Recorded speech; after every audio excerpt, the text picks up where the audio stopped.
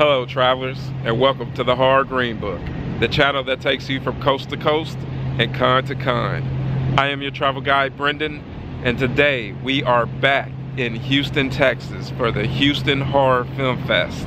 One of my favorite conventions, bar none, guys. If you checked out my video last year, you know that you are in store for a treat. There are great guests in the house. We have a rare one. We have Mira Sorvino in the house. We have favorites like Heather Langenkamp, Miko Hughes. We have John Cassier, the Crypt Keeper, in the house. We have Kane Hodder. Tons of other guests in the house.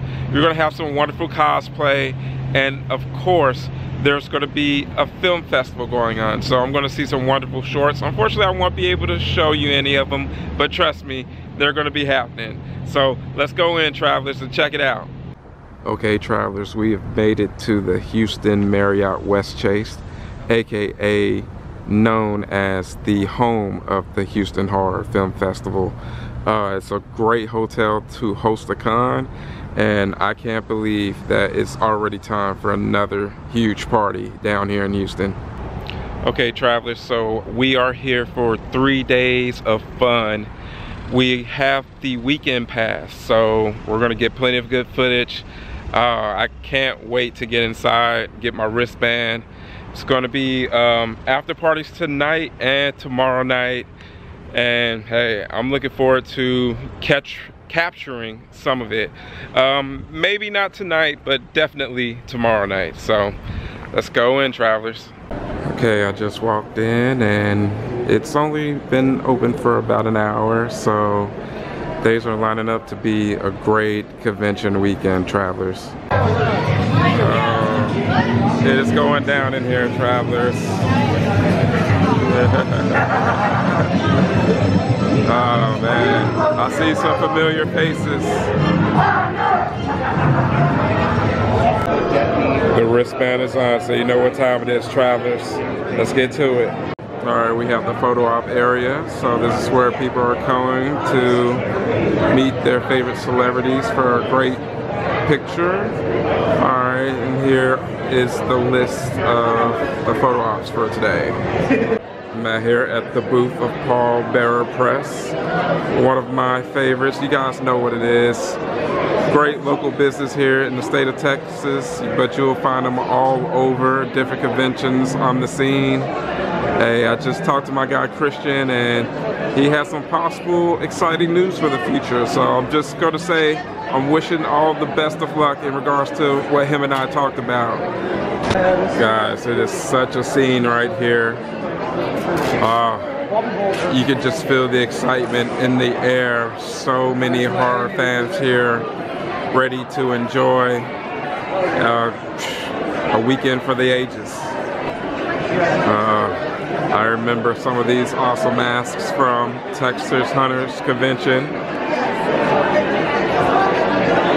Guys, I like the realism in some of these. Of course, the one that I really like is already sold. And there you have their website right there to where you can order online. Of course, I have to show love to the Goth Yoga booth.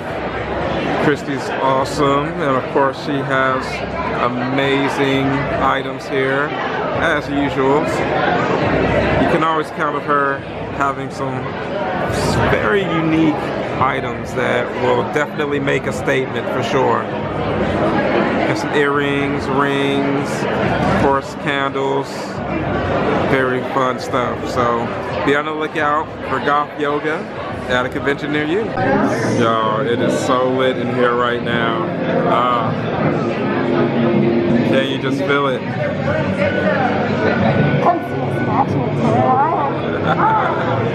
Okay, travelers, I haven't been here very long, but I've already seen so many familiar faces and people that I've met from the previous years. So needless to say, I am ultra excited for this weekend. The hallway and the lobbies are absolutely jumping right now. I haven't even really made it into the main vendor rooms. So follow me as I make my way that way, guys. Look at how vibrant it is. There are so many people in the house. Alright guys, we have a booth here. Tattoos. They even have a raffle where you can get a gift certificate depending on if you win first, second, or third place. Hey, good luck to the winners. Guy McMuster Makers Creature Aquarium. Every sculpture is created by Guy, not a 3D printer. Alright guys, so check it out. These are made in Texas. Very cool. And what I like here, like you say, you know, if you're a traveler like me, sometimes you don't have room in your suitcase. So what they'll do is you can order them online. You have the QR code right there. Let's get some examples of what we have here. Check out these Frank the Bunny ones from Donnie Darko. Shaggy and Scooby, Michael. Guys, check it out. So much cool stuff, guys. And you gotta love some convention exclusives. Very cool, guys. And if you want to know the difference between a 3D printer and 3D printer, check it out. Check that out, guys. So very informative there. Hey, gotta love a good booth that really catches your eyes. And then, as I said, they are made here in Texas. So, guys, check it out.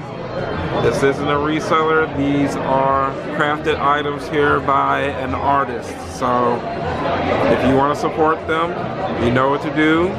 Go to that QR code right there. Alright guys, another local business that I really like to support is Beautiful Horror. Guys, check out these glasses. If you're familiar with some of my videos that took place in San Antonio at the Wonderland of the Americas, or my Houston Horror Film Fest video last year, you would see some of the items that they have for sale. So let me get you the information on where you can find them before their booth gets super busy, because trust me, their stuff sells out quickly, guys. You do not want to miss out on some of these stuff that they have here. Alright, and a bit of a demonstration here in regards to when your cooled beverage gets very chilly, the glass will change colors and reveal the awesome design. So guys, that's an awesome gift to give to family members and friends, to that horror lover in your life, guys. So make sure to go and check it out. Beautiful Horror. Guys, there are so many businesses here offering wonderful items.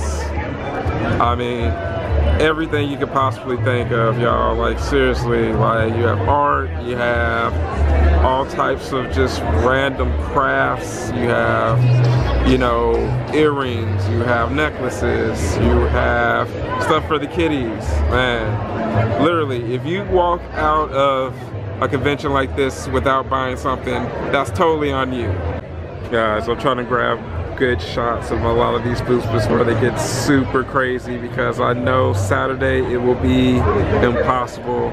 I am at the booth of Juana's Art, and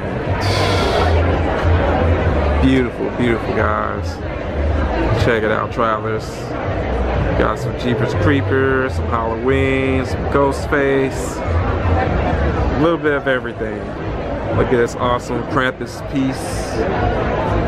So we have some information here for Juana's Art. There you go. Lauren Gibson, The Dark Arts. Check out these prints here. Very, very nice, guys. Love reactive art, as you can tell from numerous of my previous videos of me mentioning it. So if you want to get some more information, you can check her out right there. Angry Martian merch, guys. Check it out. Got their information there. Got an abundance of items from t-shirts. Got some cool stands here. All your favorite ones. A nice one to get John Cassier to sign. Hey guys, hey, it's no excuse. If you can't bring anything from home, you'll definitely be able to find something here that you'd enjoy. Travelers, can you feel it? Like, wow, like there are just so many people here having a great time and just enjoying themselves. Needless to say, I am having a ball, guys, and it's only just beginning. Casey Booth. You recognize his artwork from my previous videos as well. Amazing artwork, man. I really look forward to checking out the cool stuff that he will be bringing out every year. Very cool, man. That Mac and Me one. Oh, God. So if you want to check him out, there you go. Instagram right there. You know what to do. We have the official merch table here for Houston Horror Film Festival. Got all the goodies. Got the shirts. I got the patches, the stickers. You know all the good stuff that they'll have, guys. They do the thing. Guys, I'm seeing like so many of my horror friends here at the Houston Horror Film Fest. If you could be here, I would definitely recommend doing it because it is one of the best cons around. Okay, travelers, we have not only one, but two parties after the convention evenings on Saturday and Friday, which is tonight. So tonight will be Dance of the Dead, and tomorrow will be Slashback to the 90s. Travelers, is absolutely going crazy here in regards to the horror villains in the house. We got Ghostface everywhere. We got Freddy, Jason, Michael. Hey, all of our favorites. Guys, it is so crazy in here right now. Like, their energy is about to explode through the roof, guys. Like, it's hard to explain unless you're here. There are so many amazing, awesome people here that are ready to have one of the best weekends that they're gonna have all year. That's for sure, guys. I am not exaggerating when I say people have been waiting all year for Houston Horror Film Festival. Well, travelers, that is a good idea in regards to what the chaos that is Friday at Houston Horror Film Fest is. I'm probably gonna go head back to my room for a bit, decompress. I may head back down a little bit later.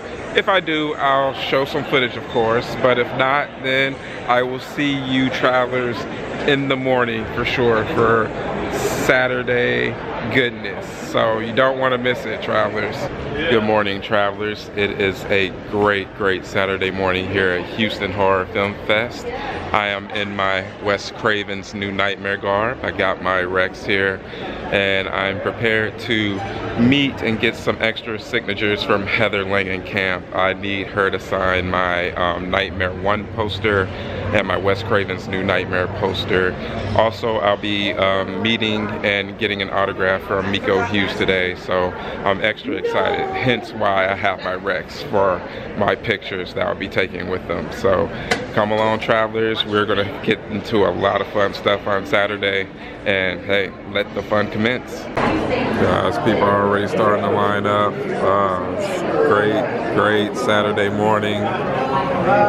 Cosplayers are getting into position. The hunt actors are getting into position. People are ready to load up and make their way into the vendor rooms. See, everyone's lining up to get their tickets, make their way on to the vendor room. A lot of chaos for Saturday, but it's a good thing. It's a very good thing, y'all. And here's the main lobby going into the main vendor room, which is where I will likely be headed. The calm before the storm, guys. Okay, travelers, I am in line for Heather Langenkamp. I got here pretty early. Hopefully it doesn't take too long. They're squeezing people in. I knew that she'd have a massive, massive line. Okay, travelers, as you can see, I have Heather Langenkamp's autograph on 2 additional posters. So they will be joining my part 3 poster as a completed trilogy from the Nancy/Heather Langenkamp saga. Now I will be going on to Miko to get him to sign my new Nightmare poster. It's been a great con, guys. Met some awesome people in line. They're ready to party, and I am going to party with them. We're at the Misfit Toys booth here, guys.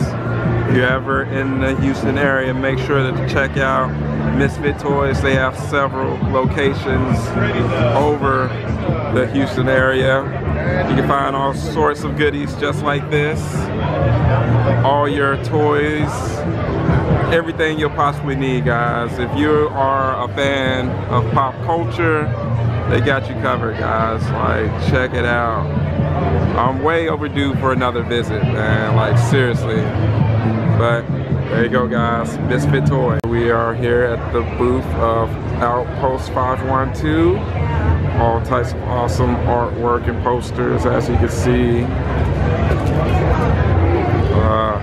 I love just going through and seeing the selection of artwork that they have, and they really do it up, guys. So if you see them at a con near you, definitely make sure to check them out. As you can see right there, further merch right there. That's the name of the business. There you go, Outpost 512. Don't you like clowns? Aren't we fucking funny? Best quote of the movie. Guys, look at the crowds. The Saturday crowd is definitely jumping right now. It's midday. Everyone's gathering in to grab their items and autographs. Oh man, I wish I could give you this feeling, travelers. I wish I could. Look how many people it is, travelers. It is a ton of people in the hallways. Saturday is in full effect. Travelers, I'm just trying to flow with the movement of the crowd. Oh, it's Saturday for real, man. There's so many people. Got the homie Juan in the house. What's up? Yeah. And just strolling through, give you a good feel of how Saturday is. It is elbow to elbow in here, guys. The Ghostface Hangout is going down, guys. Obviously, and we're be talking some epic screen things. I see this a lot, like the term iconic is really overused, especially by gays. But when I say this, I mean it. We've got some really iconic individuals in our presence. Right? Oh yeah!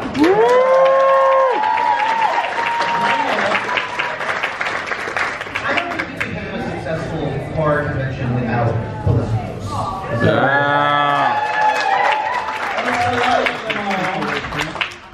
Christina Lee's obviously, Kyle. Yeah!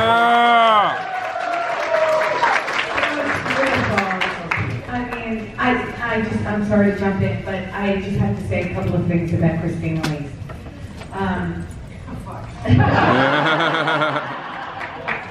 When I first met her, almost 10 years ago, I was so intimidated, so scared. She is definitely the most beautiful, kind, sincere person I've ever met. It is, I know, she's going to say no. But we are incredibly close friends and have known each other, like I said, for many years. And she's just arguably such a talented and fantastic person. And I love being at the conventions with you. And thank you for being such an amazing friend and talent.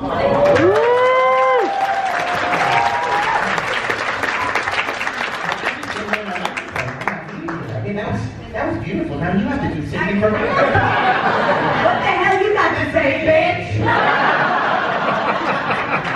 Melissa is immediately likable. I felt like I'd known her for 10 years, and I've known her for just the course of a single meal, and she's fucking fantastic. She's the greatest supporter of everybody. I mean, she's the support system for the entire convention circuit in America. So I have nothing bad to say about her. Well, she's here. Oh, here she comes. Last but not least.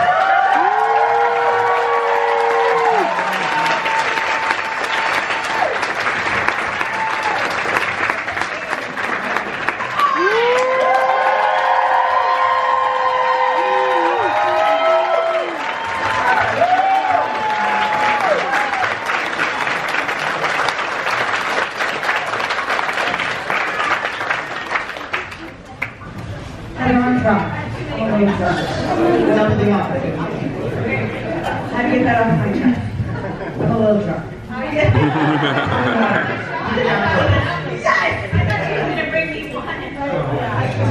We'll put these right here. I brought it.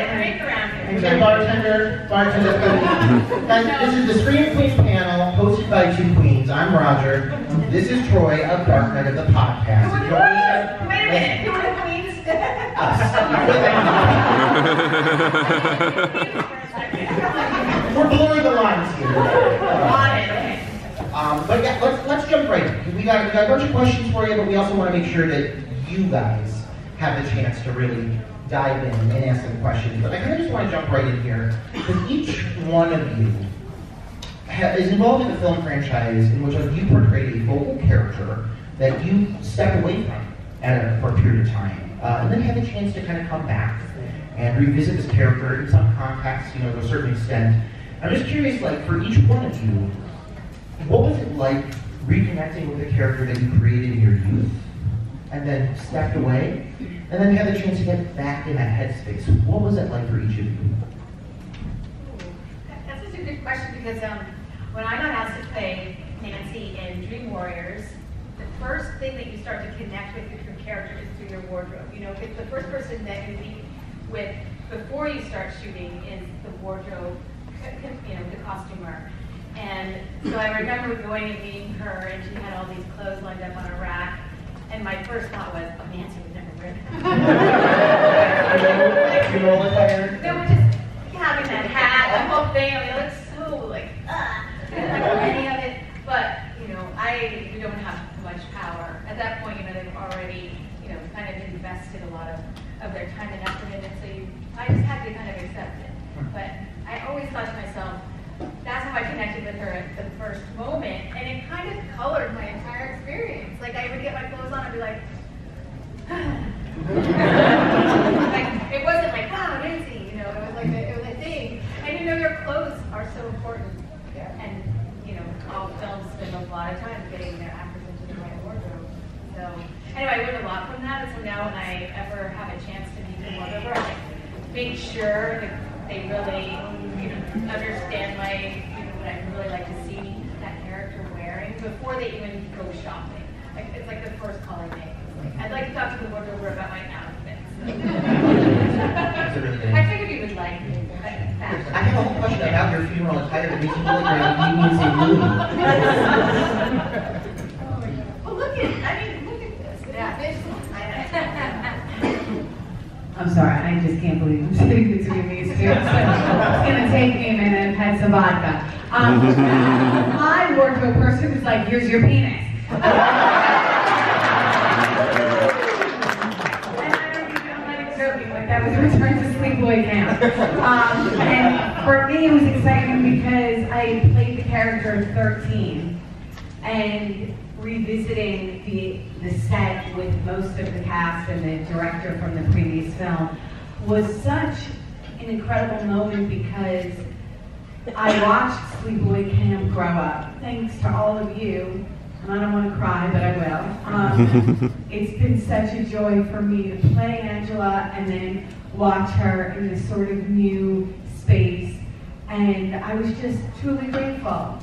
And it's sort of like how I feel right now, being here with everybody and being part of this community. Thank you, and it's just amazing to me every day.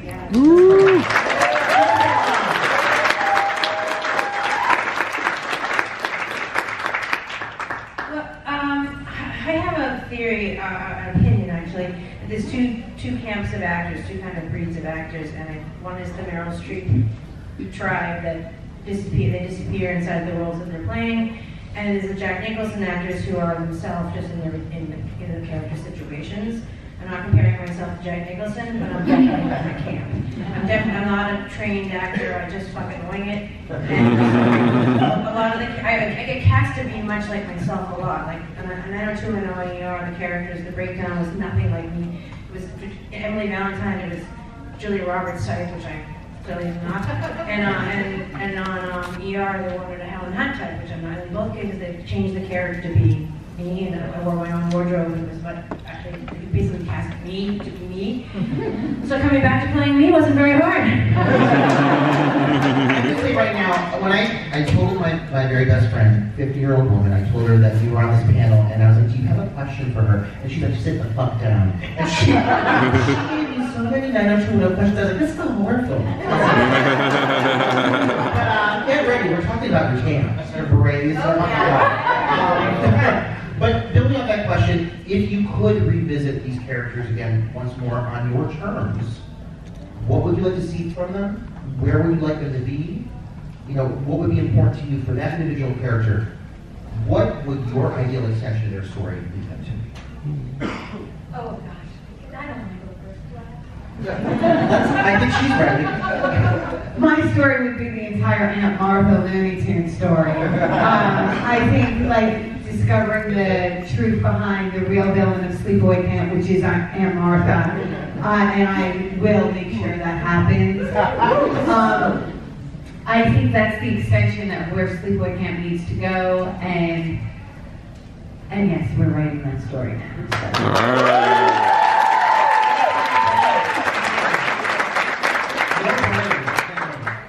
Okay, I guess I'll go second.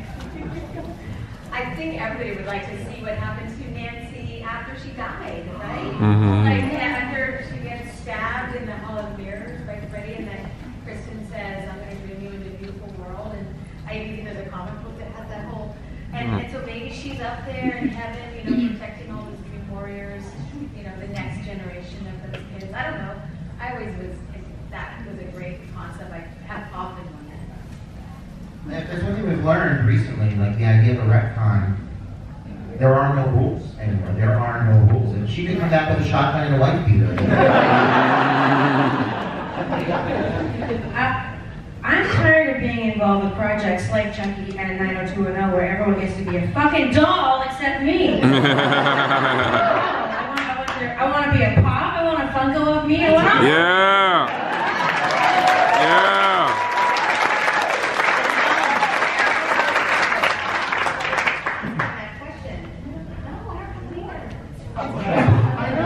The name of this panel is Three Bitches and No Funko Pops.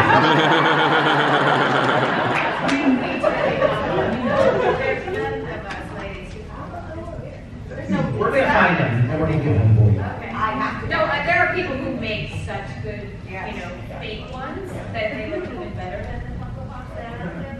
So I have my Nancy Funko Pop. I just want everybody else to get them out there. Pushing it into fruition right now. Yeah. All of us. All right. Bouncing off of that, kind of a good question about Funko Pops. You, out of almost all the screenplays, you kind of have the most, I would say, visibility among just iconic images. Freddy hand coming out of the bathtub and whatnot, and just all this iconic imagery from Nightmare on Elm Street. So, like, when you see that stuff, you come across and just kind of random culture. How does that make you feel? Like, or do you just kind of get used to? I must get used to it. I mean, I've really tried to maintain a separation from like being really impressed by it or being like really excited by it because I'm trying really hard to like have another life outside of Nancy, and I don't want it to be my entire life all the time. So when I see it, I try to be like, oh, that's so interesting. But deep down, I'm really excited about it. I'm trying to like maintain distance. It's super hard. Christine, you are no stranger to television, obviously, on the other time. You recently had the chance to revisit the character in the television series Chucky, which has been a massive success with critics and with fans. Yeah. I think it's really rare that like a film can so like successfully and smoothly transition to like television so effortlessly. So, like, what do you find to be the benefits of taking Chucky to series and that format? And do you have a personal preference between television and film for Chucky specifically? I prefer the show. The advantage of the show is 8 hours of storytelling every summer, every fall, rather than an hour and a half of story every 5 years or so. As an actor, for practical purposes, it pays you more to do a show for a long and that's, that's all insurance. Yeah, insurance. And so I think the show, as the 3 seasons of the show, I think I prefer over the 7 movies. I think the show is genuinely fucking awesome. And I think it's all, the reason I think it could move so smoothly is because it's all Don Mancini, except for the film that won't be spoken of. It's all Don, it's never been reinvented by somebody, like no shade to Rob Zombie. But if Rob Zombie came in and did a Chucky movie, it would change them, in tone and everything would be very different. So the fact that it's always, and Don's a fucking genius, so it's all in this crazy brain of Don's. Oh yeah, absolutely. Your novel question. I wrote all of that. Here you go. Melissa, because I know it screens tonight because I run the film festival part of the. And because Stephanie in New Zealand. She like down to the fucking brag. And it was so fun. Yeah, so I was just going to ask you to tell the audience about New Year's Eve and what they can expect if they come to the screening tonight. Oh my God! So New Year's Eve is a project created by 2 of my friends, PJ and Eric, director and producer, and I met them. And Dave Sheridan, who's my best friend, was like, "Oh, jump on board, like we'll produce it." And I always said, like, there are certain characters that I create in my own head that I had not like portrayed in film that I thought would be fun. And and like so I just thought it would be really. How did you work on that accent? I just, it's like we're all kids, and as actors, we all pretend. So for me, in my own head, I thought it would be super fun to play. Dave's like the boss of the whole thing, and he's more serious. And the film is freaking funny. I hope y'all get to see it. I know it's at midnight tonight. They had great kills, great characters, and it was a joy to film with them. And like I said, it was a character that I really wanted to develop because Dave's kind of the straight man, which he's never. He's always the comedic character, and I get to be like his, dumbass, crazy assistant. And that was super fun, and And that does screen tonight, so who the fuck is going to be in that room? Woo! Reserve a chair. That's going to be packed. Alright, I gotta ask this question, it's unavoidable, but each of you is part of a franchise that has a very prominent queer fan base for good reasons. Chucky is arguably the best queer ally we have in horror. And introduced a very thought-provoking approach to gender identity that was a bit shocking, and unlike anything else that was coming out at that time. And the Elm Street series is like consistently toying with queer themes and has given us like an array of outcasts and misfits, and it's just always kind of associated with the community. With Nancy being regarded as a personal favorite final girl amongst gay men, like without a doubt. So we're sitting right here. So what do you think it is that draws a bond between the queer community and these respective series and these characters? And what's the impact that it has on you, knowing that you have such a diehard fan base within the queer community? Well, the first fans that, this is 35 years ago, the very first fans from mainly met, at these shows, I'd say 90% of people who come to the table were men. And it was at that time when many of them kind of whispered back, in the early 90s, man, Nancy was really important to me. And I've often thought, what was it about her? And, Wes, he said that those 4 teenagers are just one kind of teenager. It's one psyche. And the psyche is divided into all these parts. The part that likes to eat a lot, the part that likes to have sex, the part that likes to just be bad, and then there's the Nancy part, who is really going to try to do her best to survive. And because of that, I think that everyone can relate to it. I would say she's a final teenager. I don't ever say she's a final girl, because I just noticed from the very beginning that a lot of men identified with her and her ability to fight Freddy and conquer her fear. So I think that that's just part of her allure. I also also think like facing your demons is something that so many kids and young people had to do in their late 80s, mid 80s, I mean forever. But especially at that time, America was really, really struggling with how to, you know, enfold gay lifestyle into America without the stigma and the bullying and all of the things that were so, and AIDS was a big part of the 80s as well. So Freddie represents a lot of that for people. And even today, I mean, we feel like there's so much freedom now compared to then. But I do still meet people who use Nancy as an inspiration, even when they're a teenager today, for something like bullying, or coming out in a Christian family where it's not really accepted, or, you know, a million other situations that Nancy can be an inspiration for. So I feel really humbled, actually, and I always kind of can't believe that I had the chance to play that character.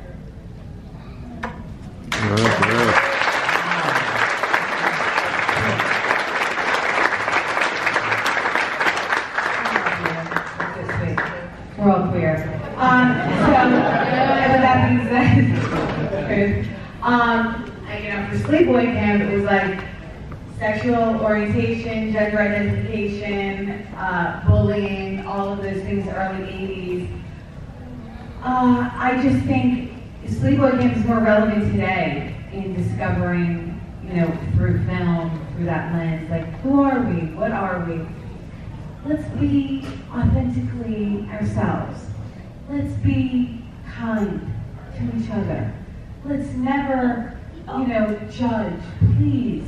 I think the most important thing, whether it's film or, you know, ourselves personally, let's just take care of one another.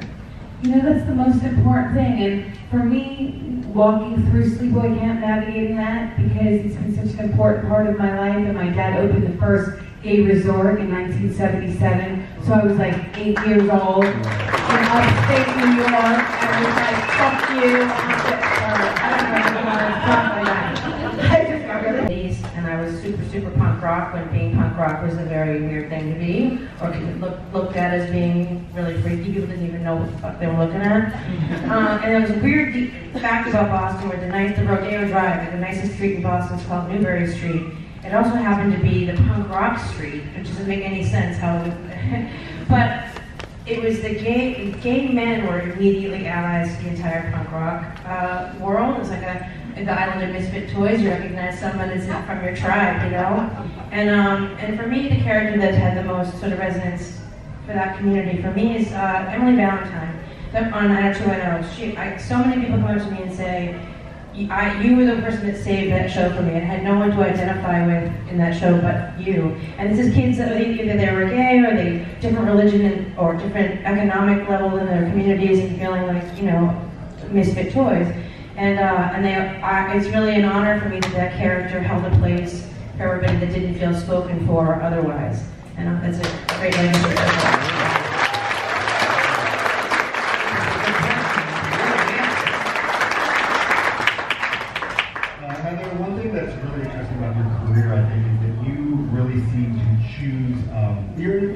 Choose projects with a lot of thought and attention. And, you know, you'll step away for a while, and then all of a sudden you're working with a director like Mike Flanagan. So what specifically do you look for in a character or a project that makes you say, hey, I got to do this? The way that you represented it, it doesn't seem like that's the way it is to me. I always feel like I'm always on the verge of quitting acting because I just can't get a part. You know, it's just like, get so demoralized and so many years goes by.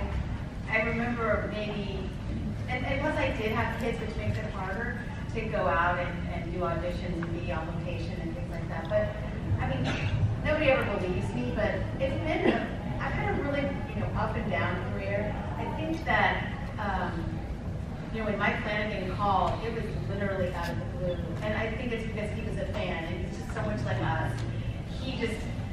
Like, I really love Lily. I wonder if she would be in my show, and I had no idea that he was a fan. And so I auditioned and went through that process, and we ended up, you know, working on that show together.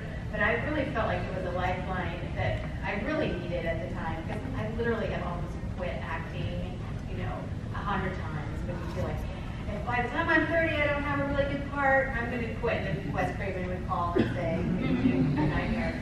When at the time I'm 35, I don't have a really great part, you know, I just quit. And so I often get really demoralized. I don't feel like I've had a chance to pick and choose. I wish I did have more of that in my career.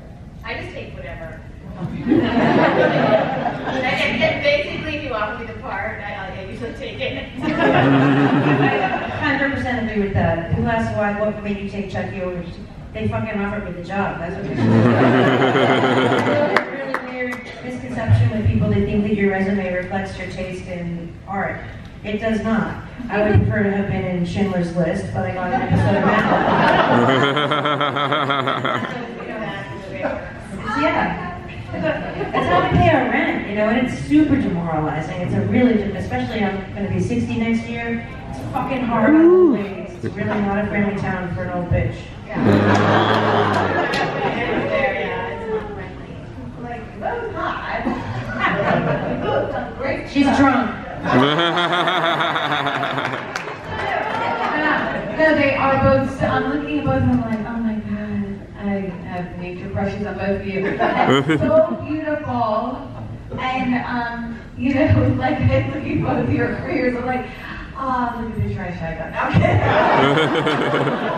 Oh, but I'm bummed. I envy your fucking resume. You were working. No, it's fun. I'm thrilled and grateful for all the stuff. I mean, working with Joe Bob has been like the greatest job. My next question is really like tied to that. It's like you have become the queen of independent horror. You are. Like, and I think we all acknowledge that. Like, you are attached to so many projects. You're filming with countless filmmakers. You're working with so many actors and teams. I have so many friends who are like, I just worked with Melissa Rose. It's like, yeah, you're making it. You're working with Melissa Rose, you're making it. And it's You're dating. Is there one specific maybe set or project recently that maybe stood out to you as just something especially, like really special, that created maybe something like an especially beautiful memory for you, or something behind the scenes, like maybe a team that you work with or the relationships you formed that just stood out as near and dear to your heart? Well, if you just like immediately come to mind, I just did Stream, which had its premiere Thursday, which is filmed by the Terrifier team. So I'm very excited. It comes to theaters August 21st, starring Danielle Harris, Dee Wallace, Jeffrey Combs, Tony Todd, Tim Reed, Danny Robach, Dave Sheridan. It's like the list goes on. So I'm super proud to be part of that. Crust, which was directed and written by my good friend Sean Whalen, and directed by Heather and I have a mutual bestie. We really do. Our bestie co-produced with myself, Chris Sergi. He loves you so much. I know. I know you do. That's why I met Melissa with you. That was so nice. I love that. Can we get that? Why do you say things? Have them clear. And I just worked on a film called A Hard Place, which was directed by an incredible filmmaker named Jason Horton, who's been around forever, and he's the most humble, passionate, beautiful soul. And being on that set, I was with Lynn Lowry, there's Bai Ling, there's so many beautiful actors on that movie, and I play an Appalachian woman. And let me tell you, I fucking kill everybody. And I was like, oh my god, like I can have this part? This is so amazing. Because I went from Stephanie to like an Appalachian woman who's gonna like kill everybody with my fucking rifle. And I was like, yay! So being on a set like that where I can really embrace a character like that and get like completely, you know, immersed in this universe with these incredible actors and this script makes me so happy. So yeah, Hard Place is like, you know, awesome. Woo! Yeah. Well, thank you, Ryan. I love you. Question we get asked often in these panels, people say, you know, what's your what props have you taken? What's your favorite thing that you ever stole from set? And my stock answer is the best thing I ever took home from set was Jason Priestley.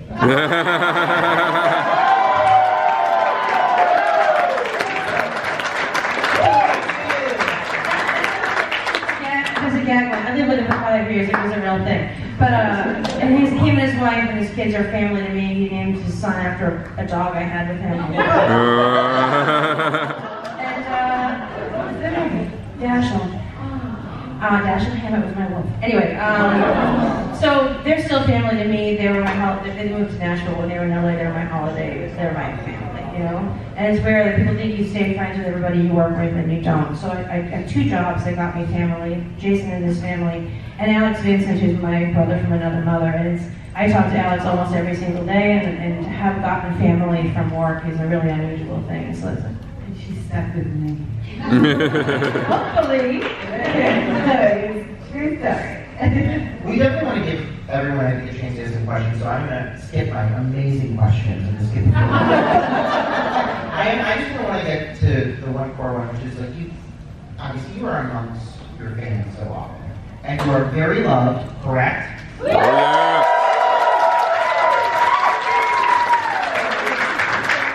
I'm curious, like, do each of you maybe have like an individual story, an interaction you've had with a fan, something maybe that's really touched you personally, or something that you remember being like, wow, that was really a moment that made this also worth it for me?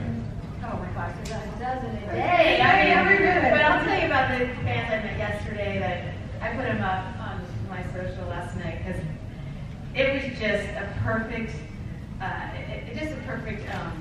illustration of the kind of great people that come to these shows. So these 2 guys came up. One needed a kidney, and the other guy, who was his friend, had the perfect match, which is super rare. And he donated his kidney to the other guy, and in their recovery, they watched Nightmare on Elm Street. They did this as part of their recovery, which is weeks long. And there they were together at the show, and like 2 kidneys were in 2 different guys. And I just thought, oh, that's the kind of story that just makes me so happy. Everybody here is so filled with love, right? Yeah. And I always think like, why at a horror convention? And all that crazy stuff. It's live isn't everywhere, right? It's not everywhere. But it is here, and it just really makes me so happy. Yeah. I can't possibly top that. Well, let's work it. You need it? She might need my liver. I'm sure we'll be here. I'll be like, I like, if you see it, give me that here. I don't remember. It was so good. You need a liver. Mine's pretty beat up. You don't want mine. The liver is evil and it must be punished. Christine has the best dinner parties. Oh my gosh. I went to drink a lot and have the best time. And you're the greatest cook. It's crazy. And I brought her with me to her party. Chris! Oh, so you don't? Okay. It's in the house. Oh my God. And it was the greatest party. We had so much fun. I just think horror conventions are, I think we pretend. Yes, the horror movies. I think we're all here because we're really taking care of each other. And we're really here because we love each other, we love life, and the movies we've watched have been sentimental in our childhood. And we may have, maybe we weren't supposed to watch them, we were with cousins or best friends, and we had the covers over our heads, and that sort of created a bond that actually transcends the films, and then we come here, and so many people come to my table and they're like, Sheila and I, we met at the horror convention here last year, and now we're best friends, and we came here, we're going to every convention together. And isn't that what life is? Isn't life about the memories and the connections that we make? Isn't that if we really look at each other and we take in what life is about? So fucking philosophical and way too sensitive. But isn't that what we're here for? To take care of each other and hug each other. When I hug you and you come to my table, it's not because I'm like, oh my God, I want to hug have you. It's because I'm a fucking selfish bitch, and I'm taking those endorphins, and I want you so bad in me, because this means everything to my heart and my soul. Because all the shit that we made, commerce, whatever, money, stuff, we don't take it with us. But we definitely leave an indelible memory, idea, feeling, sensory something about each other. So let's just remember that when we're here to take care of each other always. Always, always, always. Woo!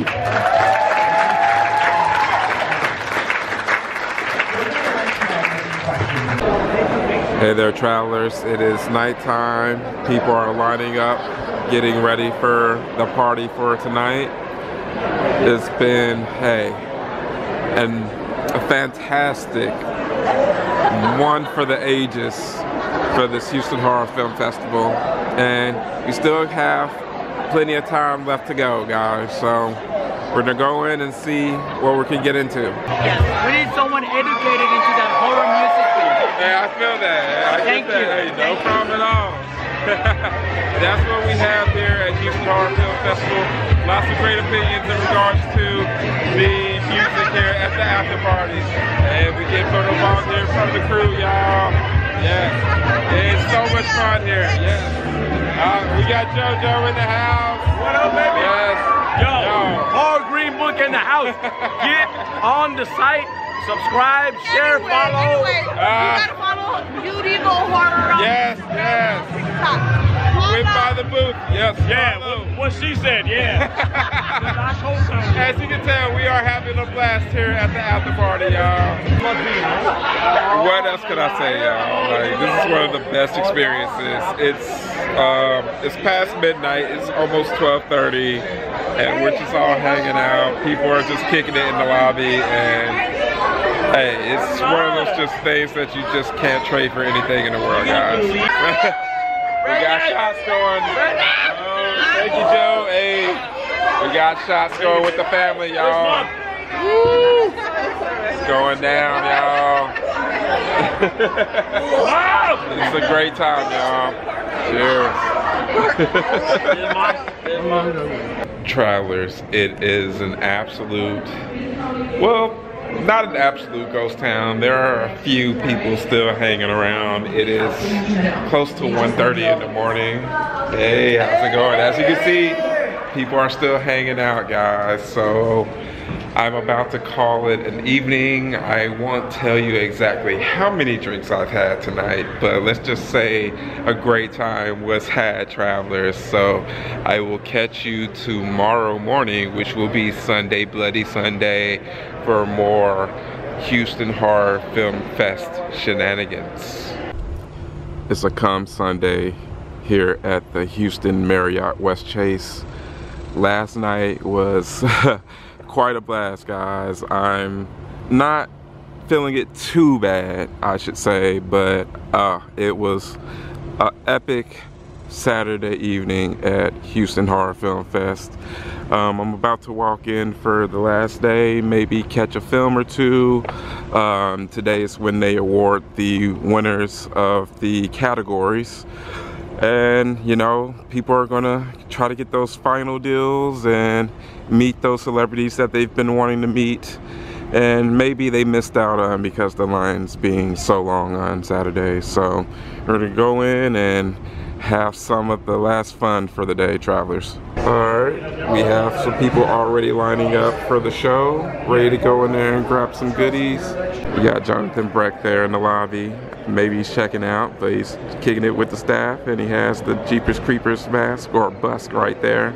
It is a little past 11 and people are starting to make their way in. It's leading up to be another fun Sunday at Houston Horror Film Fest, guys.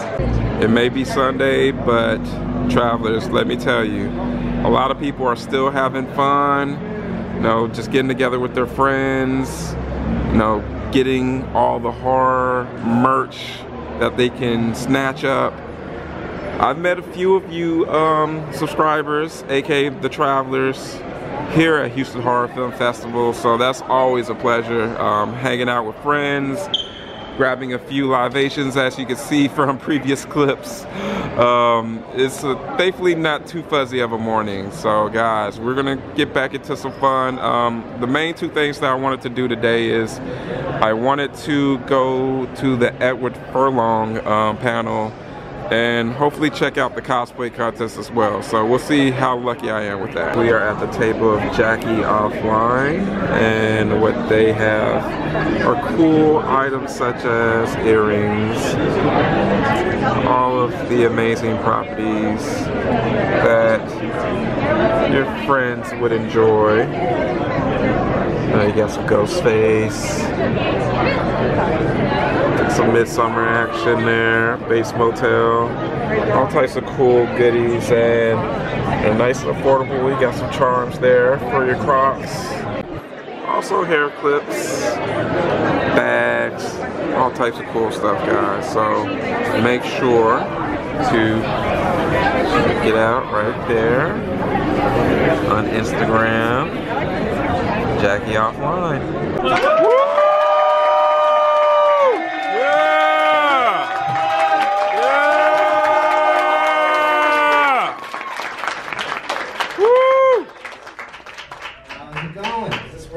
Yes, it's working. Yeah, you have to like talk directly into it, otherwise. You have to do this. Yeah.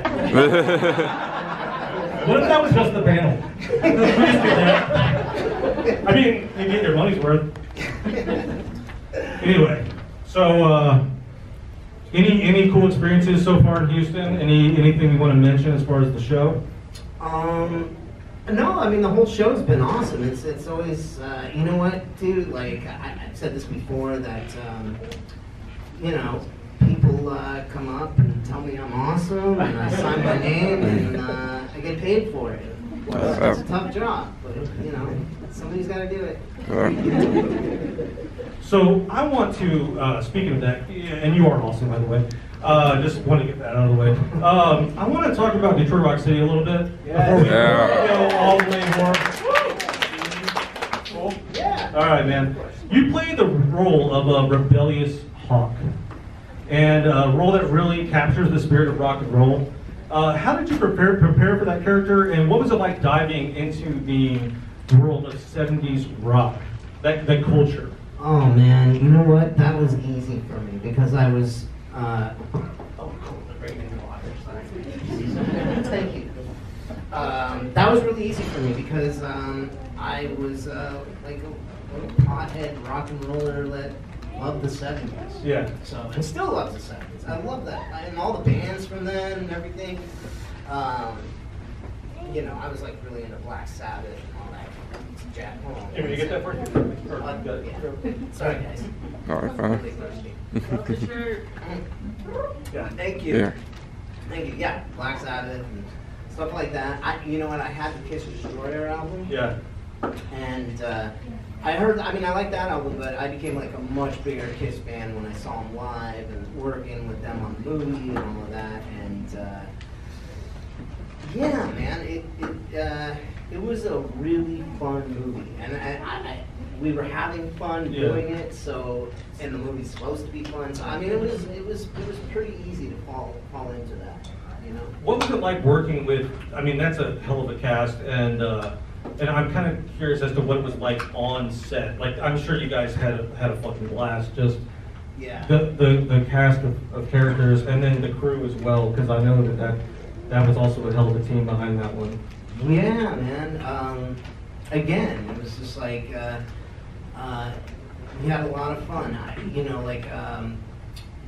It's funny actually because one of my biggest memories from that movie is me and Jimmy DeBello, the guy who plays Trip, became like really good friends on that movie because we mostly like bonded over the fact that I don't know if you guys play games, but it was Zelda Ocarina of Time just came out, and like we were all about that. So we were just like sitting in my room. We couldn't wait to get back to the hotel and just play more Zelda.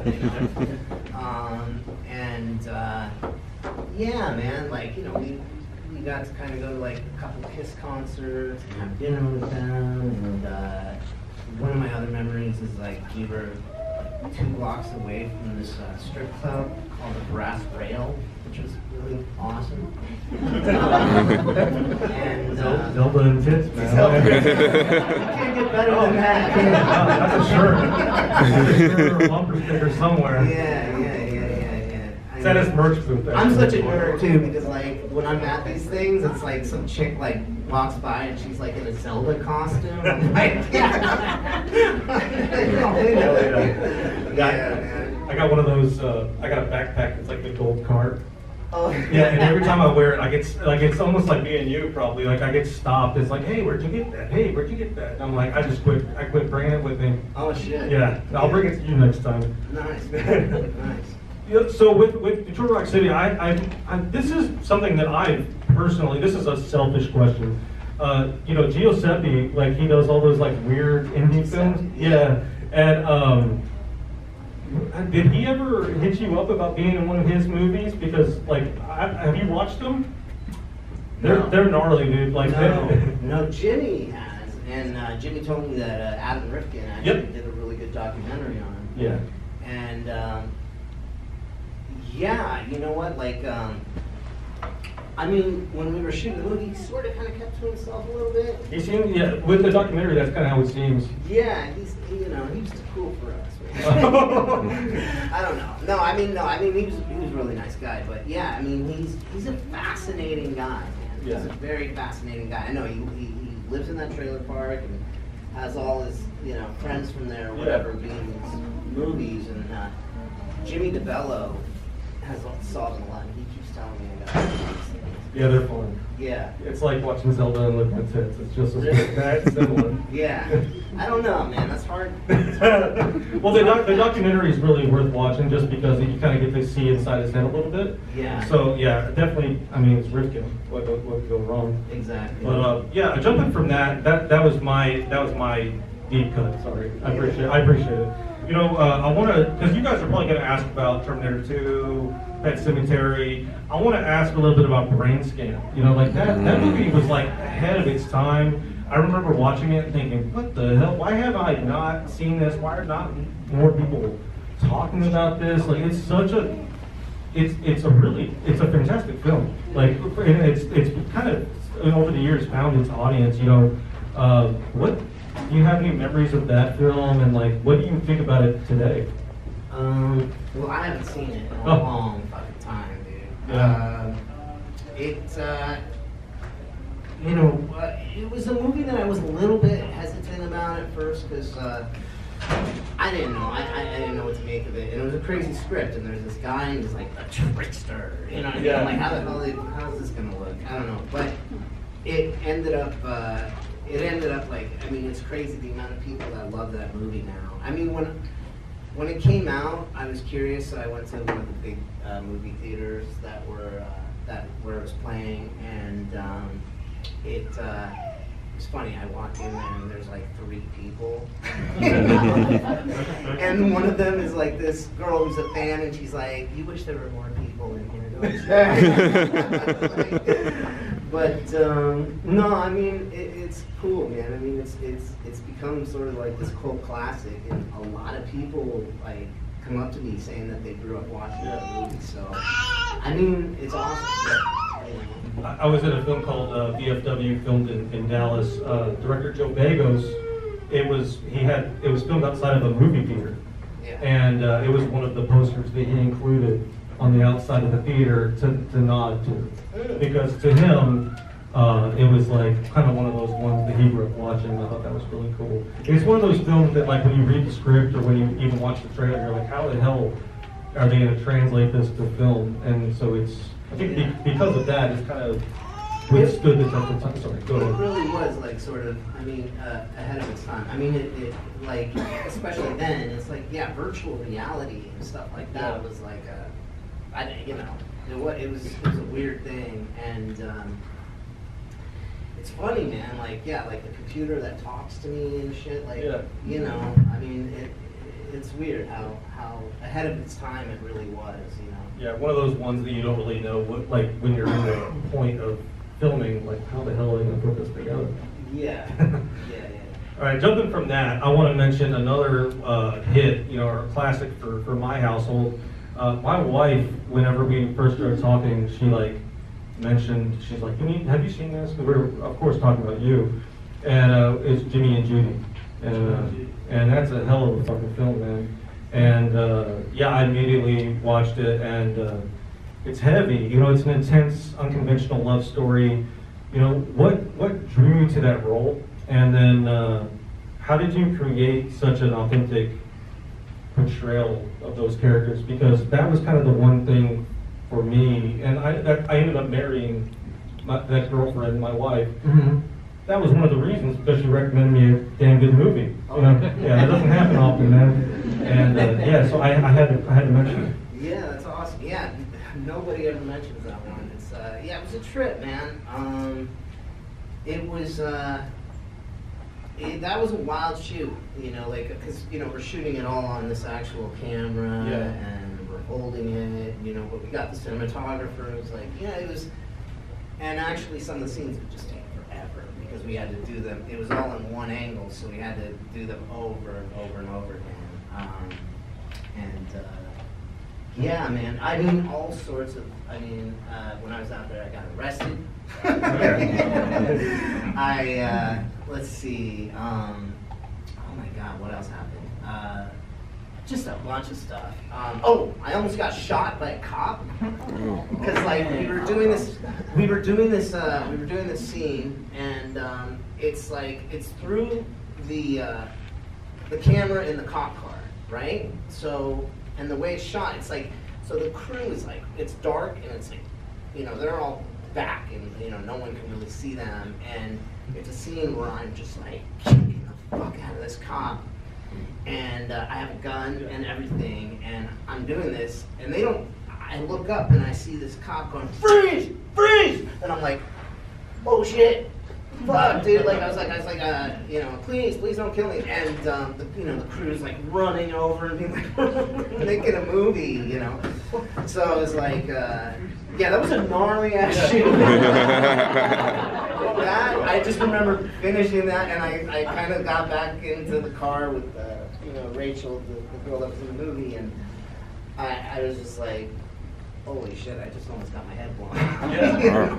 It's like, it's crazy. But yeah, there's also, it was a really tricky shoot, man. I had fun doing that. I really did. I had a lot of fun. Yeah, out there. It's a good flick. If you guys haven't seen Jimmy and Judy, I would definitely recommend it. Even like, it's just, I don't even know how you describe it. Like Sid and Nancy, like the like kids maybe. I don't know. It's good shit. Yeah. But yeah, you know, kind of before we move on to another film, I want to ask a little bit about that movie too. You know, is there something particular that you do want audiences to take away from that film? Is it like love, rebellion, consequences? Because obviously, you know, hearing what you've been through with it, it's pretty authentic, the shoot. Yeah, you know what, it's hard to say, man. Yeah. I mean, it's like, again, my memory is awful. Yeah. You know, I mean, maybe it's like all the pies or something, but I don't remember anything, you know, so I don't even really remember the movie too much. I mean, I remember like pieces of it, you know, but it's hard to find actually, because I know it's not out of print, but like I know it's like still you have to pay full price for it, because I think the fans that are the audiences that has found that film, they hang on to it. Oh, wow. And I did see in the Houston Horror Film Festival, a lot of people posted like stacks of the DVDs they were going to watch to get prepared, and it was on the top of a lot of people's stacks. So it's definitely worth watching if you guys haven't seen it. But jumping from that, you know, I want to talk a little bit about the Forest Hills. Okay. Yeah. So I was going to watch it. This is a new movie that's coming out, and it stars Edward Furlong and Shelley Duvall, and Dee Wallace. Yeah, Dee Wallace. I mean, Dee Wallace as well. It's a massive cast, and I was gonna watch it, and I did before I had a chance. It was pulled from the festival, so I didn't get a chance to watch it. But I wanted to know a little bit about your experience. So, I also don't know. Did you have any scenes with Shelley? No, I didn't. Okay. I didn't. I wish I did. Yeah. You know, I got asked to come back, and they've reshot a lot of stuff in that movie, and they wanted me to kind of do some scenes with Shelley, and this is before she died, unfortunately, and I was busy, so I was like, I can't, and yeah, not too long after that, she died. I would have loved to meet her, but I don't know really what's going on with it. They've been sort of kind of doing the post thing for a really long time, and last I heard, I think it's coming out at some point. Yeah, I heard that, I think that the reason they pulled it from the festivals was because they found distro. But, I mean, we'll see. What is that? Like distribution, they found someone to put it on. Okay. But I'm not entirely sure. Don't quote me. But I am excited to see it because a hell of a cast, and I want to see, Shelley's return, R.I.P. But as well as I want to see you in it too. Yeah, thank you. Yeah, I shot it for like it was there for like a week and a half. It's a smaller role, but yeah. Yeah, it looks cool for those that haven't heard of it.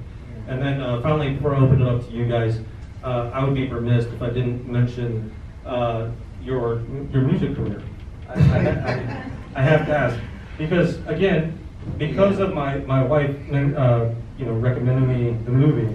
One of my first gifts to her was your CD. Oh yeah. Yeah. Oh my God. Yeah. So,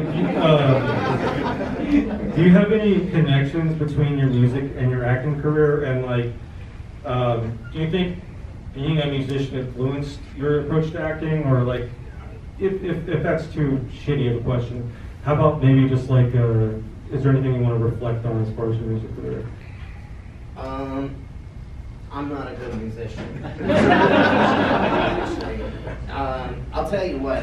What happened is they, T2 had just came out, and in Japan, I mean, people like Alyssa Milano and all these teen actors love these, kind of bubblegum sort of pop albums. And this guy came up to me and he's like, "Listen, we can make you some money and you can go out to Japan and you do these kind of songs and they write them for you and everything." And I was like, "Oh man, I don't want to do that." He's like, "No one will ever see it. It's just in Japan." And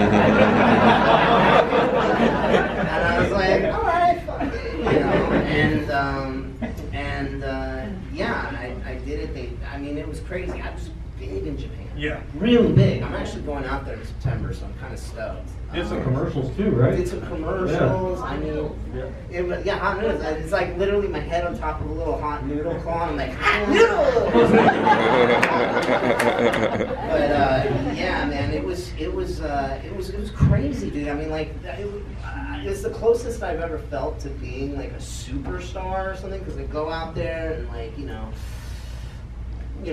all these girls are rushing the car and everything. It was insane. But so I was positive that it would just stay in Japan. But little did I know there'd be the internet and all these things. And now there's pictures of me online with a suit jacket tucked in with me holding roses and just really bad stuff.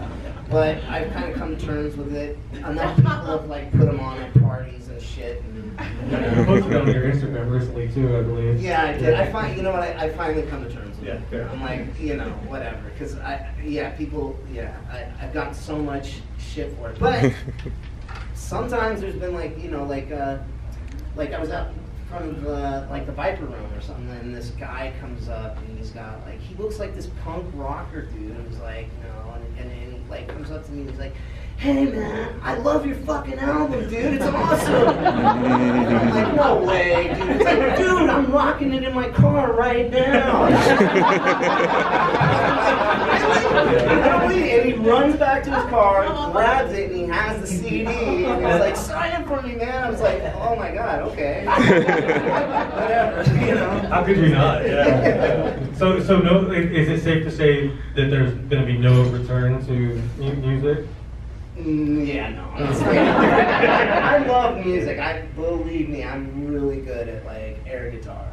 Yeah, I'm not a musician. Well, I just asked because you said that you were maybe going back to Japan, so I was like, maybe he's gonna do like a sequel to the album. Yeah. Some more Tiger Beat photos, maybe. No. Alright, cool. Well, that's enough for me. But so I want to open up to you guys. Just raise your hand if you have a question, and we'll knock it out. Hi. Well, happy belated birthday. Thank you. And I think in the past you said the performance you were most proud of was Little Odessa. I'm wondering if that's still how you feel. Is there a certain performance that you really are most proud of? Well, I loved doing Little Odessa, and I'm very proud of that movie. It's not one that a lot of people know about, actually, and I think it's completely underrated. I mean, we had a wonderful cast. We had, Tim Roth, Vanessa Redgrave, Maximilian Schell, just like a bunch of people.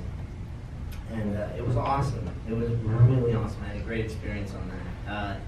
One of the movies that I'm most proud of in terms of, and it's weird. I'm not I'm so proud of my performance, but one of the movies that I'm most proud of is one of the hardest ones that I've had to do. I played a movie where it was I played 3 different characters and they're all interacting with each other, and that was one of the most difficult things that I've ever done. And I'm proud of the fact that I got through it. It's called This Is Not a Movie, and it's on Amazon. It's good. It's good. I had a lot of fun. It's a trippy movie. It's really trippy. This will be a movie that I watch. Okay. Yeah, check it out. This is not a movie. My question is, it's a two-parter, sort of. First one is, are you aware that you got fans that would probably commit felonies and war crimes for you? And the second one, you got to star alongside Clancy Brown in Pet Sematary 2. Yeah. Other actors have mentioned that he actually, they had, kind of nightmares of him. He was a very, whether it was his size or his demeanor, that he rattled them, and his performance stayed with them even from the shoots. Did you hear anything? No, I really enjoyed working with him. He's a great actor, really good actor. When you're doing a movie like that, it's so different than what it looks like when it's all edited together. I mean, it's I just remember laughing and stuff when they had that little thing pasted on the dog, and he's you know what I mean? But it's just it was kind of cute, and I mean, I don't know, it's shooting a horror movie is much more sort of boring and mundane than it is actually watching it, and it takes a lot for me to get scared. It really does. It takes a lot. And if a movie scares me, then yeah, it's definitely good. I just watched what is it?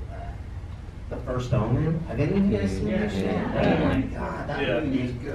That was good. I just I enjoyed working with Clancy Brown, and it was cool. The animals and the little cat, the little kitty cat that I had, and Georgia was cool. Well, no, not really. I mean, it was Peachtree, Georgia, which there's really not much going on out there actually. But I enjoyed my time doing that. Atlanta's cool. I like Atlanta. I don't really like Peachtree, Georgia, though. Yeah, no, I loved Atlanta. Yeah. I loved Atlanta. It's all like Houston, really. Very similar. Yeah, Atlanta's awesome. Yeah. Atlanta's awesome. Yeah, I was wearing a.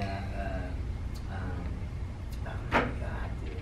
Fuck, I forgot the name of that. What was the shirt I was wearing? Oh my god. You wearing yesterday? Oh, it was the other day. Claremont Lounge. Oh yeah. The Claremont Lounge. I was wearing that shirt, rocking that shirt the other day, because that's kind of a cool place. Oh hell yeah. So, Anybody else? Yeah. So kind of a two-part. Number one, you were part of, I'm gonna break the ice. You were part of Terminator 2, right? You were literally started part of conspiracy theories in total. There was a conspiracy theory that kind of went along with the movie being connected with the Matrix. Have you ever heard anything about that or anything? Supposedly the creator of both of them was the same person, and they kind of said that Terminator was the prequel to the Matrix. Do you think that could have ever happened since you were in it? No. Honestly,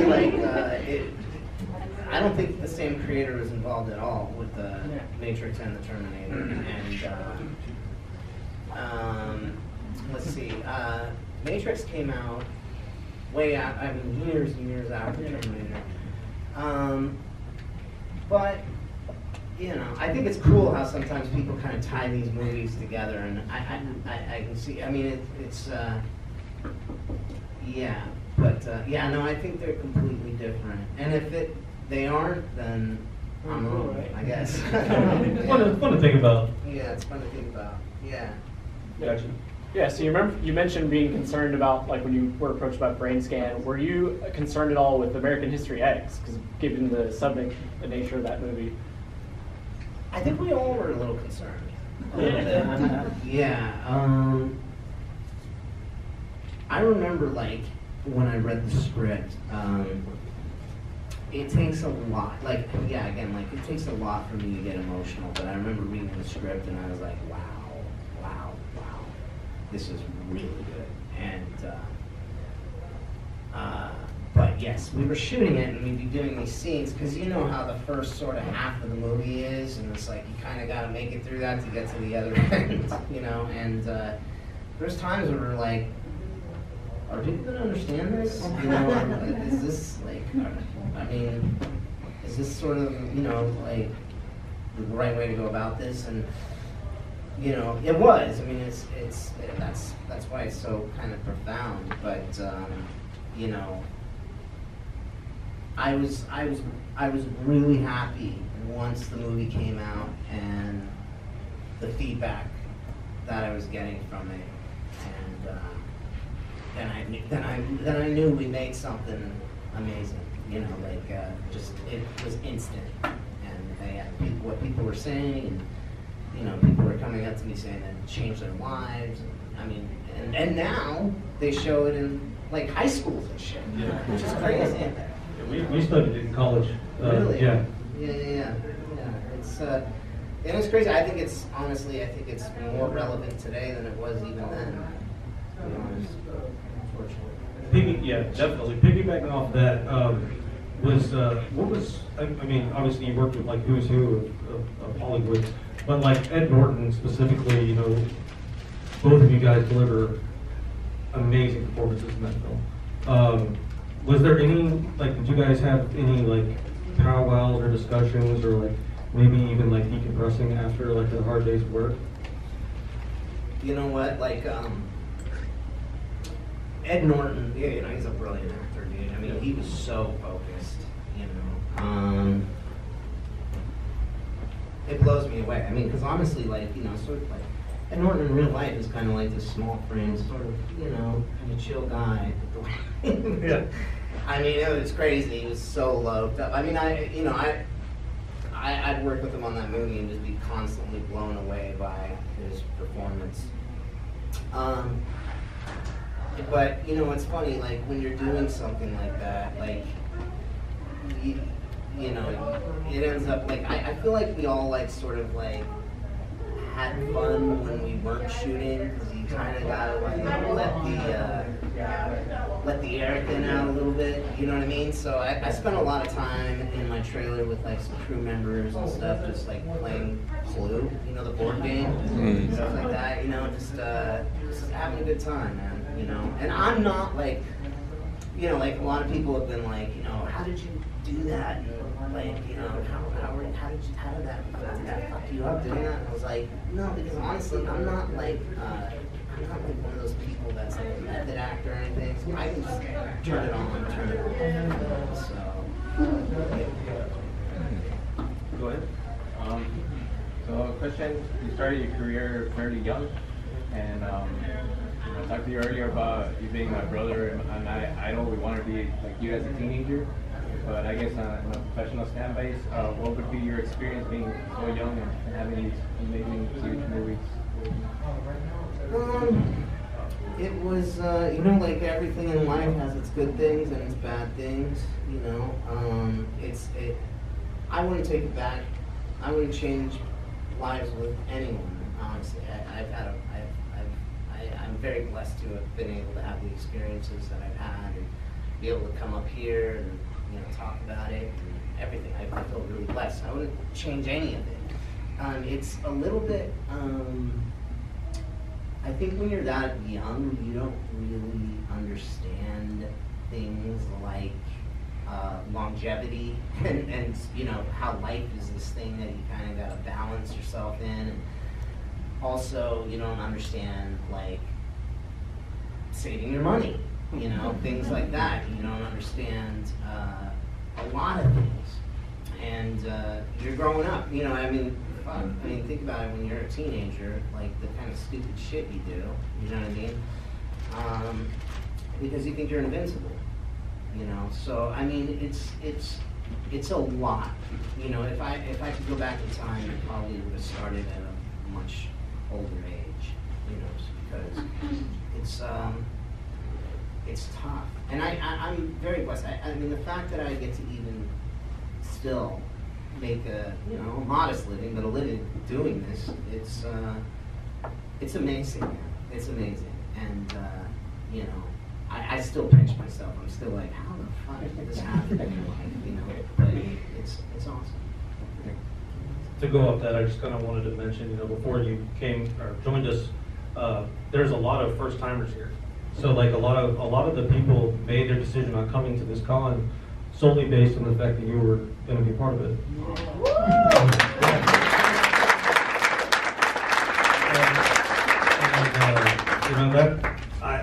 I'm getting actually goosebumps now, because I like everyone here, man. I grew up watching you as well, and whenever I got told that I was going to be doing this panel, I felt just like them. So yeah, it was really cool to hear like from these guys as well, like that they felt that, and so we're all here with you. But I just wanted to mention that because it felt right. It felt right. Thank you. All right, next one. Go for it. I saw you back there. Not to bring it back to Terminator, but let's do it. I had a specific question. With the newest Terminator, there was a scene where they like facially reconstructed like a kid version of you for one of the scenes, and I just wanted to ask, like, did you have any involvement with like doing that, with did you have to like go in recently like for that, or and also how weird is it to seeing like your kid version of yourself like on the big screen again, but like for modern TV? You know what I mean? Like, how weird was that? Yeah, the whole thing was kind of weird, I mean, honestly, like they kind of like I got a call, and it's funny. I mean, I've been sober for some time now, but I was in rehab at the time, and I got a call, and they're like, "Yeah, they want you to come and meet for the new Terminator," and I'm like, "Thank God, get back in business." and like I went there, and they're like, "Yeah, so you're gonna play you at 14." And we're just gonna blow you away, like right at the beginning. I'm like, okay, all right. Not exactly what I was hoping for, but all right. And also, I was like a little bit like, how the fuck am I gonna play a 14-year-old? Fuck. I was like picturing like whatever happened to Baby Jane. I don't know if you guys seen that movie. But they're like, yeah, we're gonna CGI and DH, and that wasn't really happening back then. So I was like, okay, and yeah, so I went there, and they did some like mo-capping, almost like they're doing a video game or something like that. And yeah, it was weird. I was kind of acting off the monitor, and I had to time it with the monitor because they shot the other part, Linda's side of it, on location. And yeah, and yeah, people were like, and then I guess, Jim had mentioned that I was in it, so like people started coming up to me at these things going like, dude, you're in the new Terminator, and I'm like, yeah, kind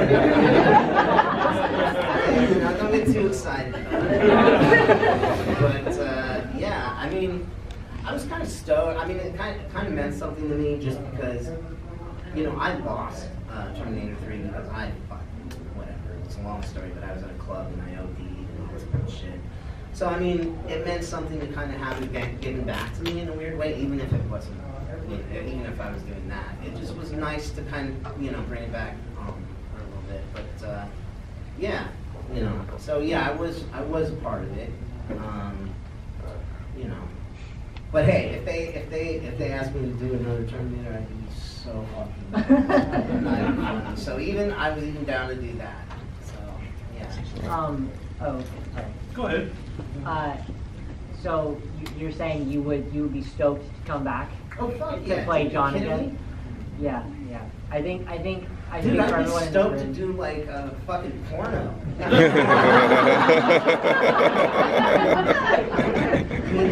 The movies I do lately, god damn it, of course I would do it. Have you seen that viral photo of you and Ron Jeremy floating around? Yes. Dude! I mean, I'm not trying to like, spoiler alert, maybe there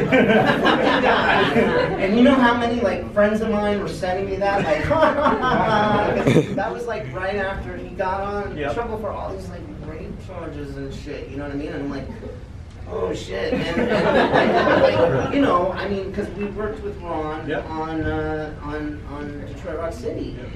So, and I was also in really bad shape then. I've lost a lot of weight and stuff. And they have these pictures, and I'm like, I look all drunk, and I'm hanging out with Ron Jeremy. And this is like, you know, and of course, like, I run into these people, and I'm like, hey man, how's it going? I don't know what the fuck is happening to me. You know, I mean, shit. Like, and you know you took like 50 photos and picked the worst one. The worst one, but it's like, you know, oh my god. Yeah, that one, yeah, that shit, and it went viral. Yeah. Like, it went viral, and like, nothing of mine has gone viral in a long time. The only fucking picture that goes viral is me with Ron Jeremy. For what it's worth, I do get tagged in that as Ron Jeremy.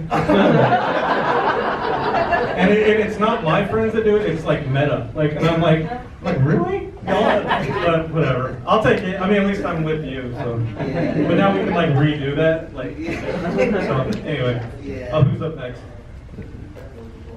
What's up?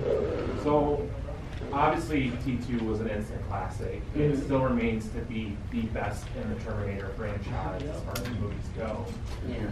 And it's really continued to help define the genre as far as humanity's fears against AI and artificial intelligence as a whole. Yeah. As these movies still come out and we're exploring that and kind of have to clearly be inspired by Terminator as it kind of really helped define that again. What does that mean to you, having been part of that franchise that is continuing to inspire these film directors and then our own internal fears when it comes to artificial intelligence? That's a good question. It's pretty wild, dude. Like, I mean, there's first of all, Jim Cameron was so ahead of his time with that, and you know, it's funny because you know AI has become this huge thing now that we're all talking about. And my personal belief is, honestly, I don't think we're that far ahead. I don't think that, you know, I think we got a long way to go before AI becomes really self-aware. But, I mean, it's funny because I feel like that movie has stoked a lot of fear in a lot of people, which is kind of badass. Like, but, and also, like,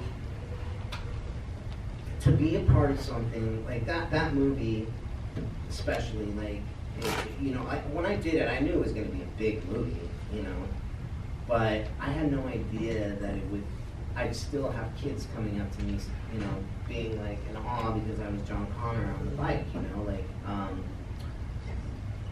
it's become like one of those, you know, like, it's kind of like Star Wars was in a way, you know, it's like I have this lasting power that like will probably be there even after I'm gone, you know, and that's a really awesome feeling to have been part of something that is such a part of the zeitgeist, you know, like it's awesome, yeah. You knew it was going to be a big movie, but like, did you know the magnitude of like working with Cameron? Because, I mean, the movie is lasting. I mean, his career just continues to skyrocket. I couldn't imagine taking direction from him. Like, that would be so daunting to me. Yeah, you know what, like, you know, I'm sure a lot of you guys know this. I was never in movies beforehand. I mean, I was kind of discovered, you know, at a boys' club, and blah, blah, blah, blah, blah, blah. But, like, I was a huge fan of Jim Cameron, you know what I mean? And I don't know how I manifested that shit into my life, because I always wanted to be an actor. That was, like, my thing. But I didn't have any way of becoming one, you know? So, yes, I was, like, a really big fan of Jim Cameron. And I think that might have been part of the reason why I got movies, because when I met with him, I'm like, ah, look at the aliens! And so I knew I was very excited to work with him. I mean, honestly, I love Arnold, and I was very excited to work with Arnold, but I think the person I was the most excited to work with was Jim Cameron, you know. And he was amazing, you know. He you know, he's such a good director, man. And well, I only really discovered that mostly, I mean, in terms of working with actors, like, I really discovered that once I started shooting other movies. I was like, wow. You know, like, I mean, a lot of times, you know, movies, people don't even know what the hell, you know, and when you have a director that, you know, knows exactly what they want, knows exactly how to pull the performance out of you, like, it's a great experience. You know?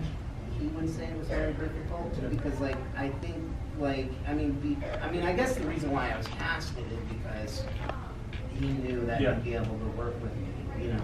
But yeah, like, I loved working with Jim. Yeah, it was funny as hell too.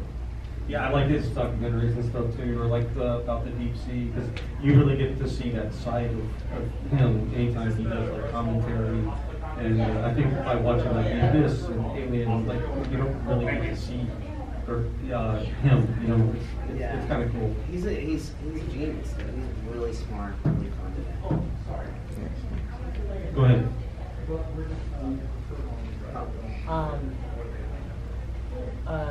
Of any of the movies that you've done, do you have like a favorite memory from any of the movies that you've done? Favorite memory? Anything that sticks out? Huh. So, I don't know.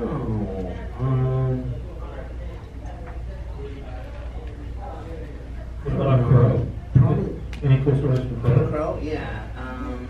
Yeah, The Crow was it was a lot of work, dude. Yeah, it was a lot of work. It was, you know, it was a lot of stuff to shoot in a short amount of time, and it was the thing that sticks out to me the most is we were shooting right on the Salt Lake, you know, and at night, the whole movie was at night, and when you put up the lights, the amount of bugs that are flying around, and I just like, I'd swallow them and cough them up. I mean, it was gross. It was gross.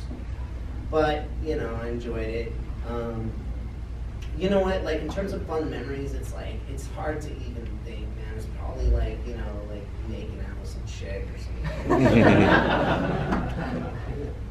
Playing Clue, going to a strip club. I mean, all those sound fun right now. Back there. Hi. It's kind of personal, I don't know. But you've been open about your struggles with addiction. Mm-hmm. You've been sober for like 6 years or something now. I'm a recovering addict too. So, yeah. So I just wanted to know what it was like struggling and overcoming that, like, in the public eye, and still being so successful and making appearances now and stuff. Yeah, that's one of the bad parts about being known at all is, you know, people, they don't ever like care when you're doing anything cool. They're just you know, they glom onto it when you're like in a bad place. It was, I think for everybody, I mean, addiction is a thing that swallows you kind of whole, and you just, I don't know, I just got to a point where I didn't really know how to live without it, you know, and that became more important than anything else, which it took me a long time to sort of realize that I was throwing my life away, you know, and I had a lot more life to live. And you know, you're either at this point where it's like you're either gonna die or you're gonna live your life. And once you realize that, then you're just like, fuck. So you gotta decide, and I just decided to live. And you know, thank God, 6 years I haven't gone back, you know, and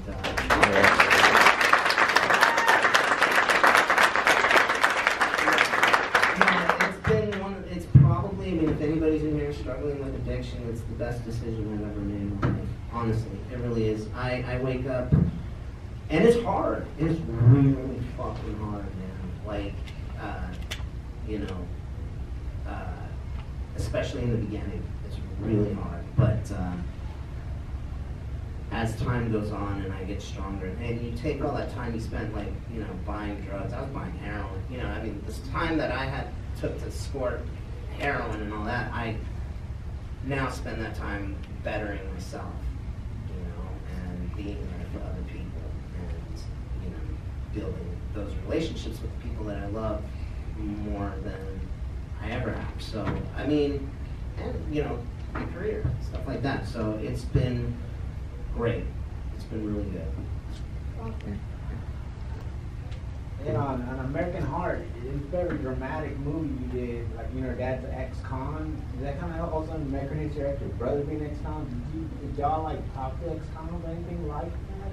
Because it's very deep, dramatic stuff. That's like a real thing. People are struggling trying to come out of prison and with their kids, you know. I remember that movie when I was a kid. I was wondering how was that, and Jeff Bridges too. So you know, Jeff is one of my favorite people I've ever worked with. I love Jeff Bridges. I wish I could get back in contact with him, man. I you know, he's pretty busy. I loved working with Jeff. I almost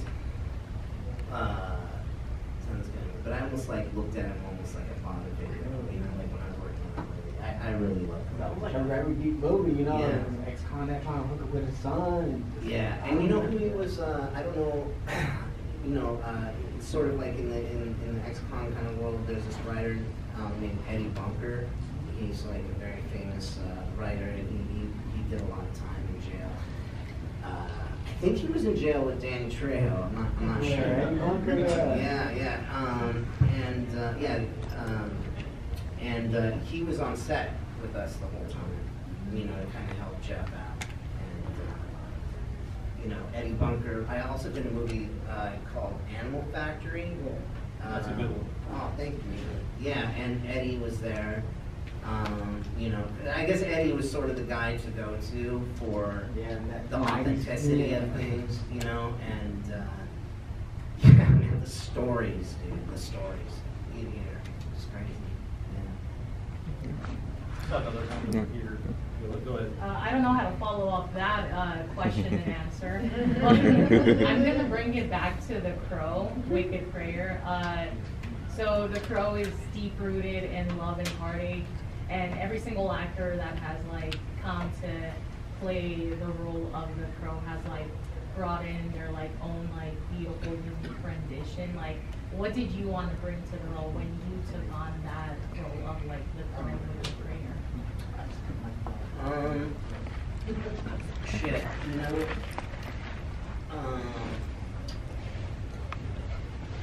yeah, like, I didn't, like, I was a little bit worried because, you know,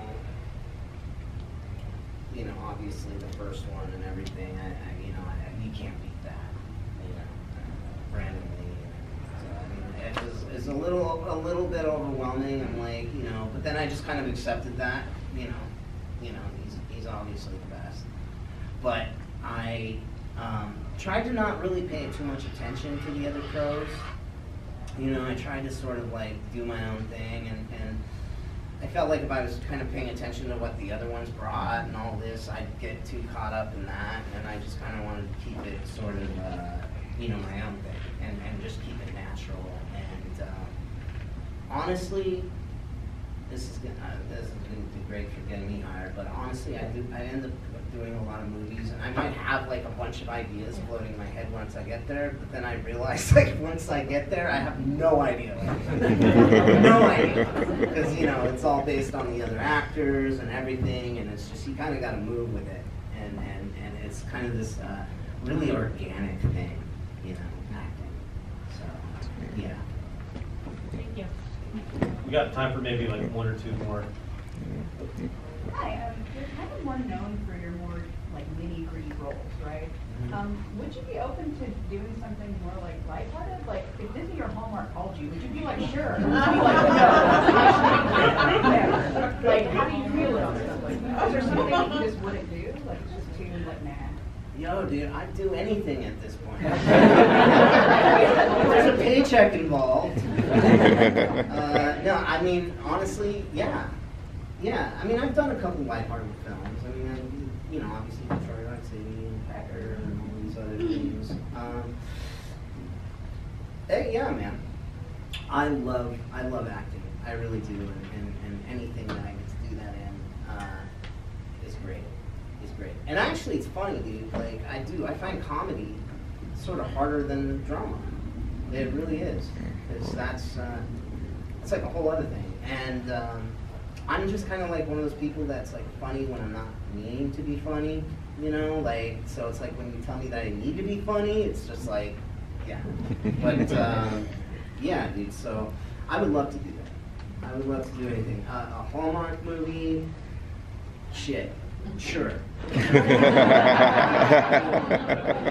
did a fucking movie with a bunch of spiders running around and shit, called Arachnoid.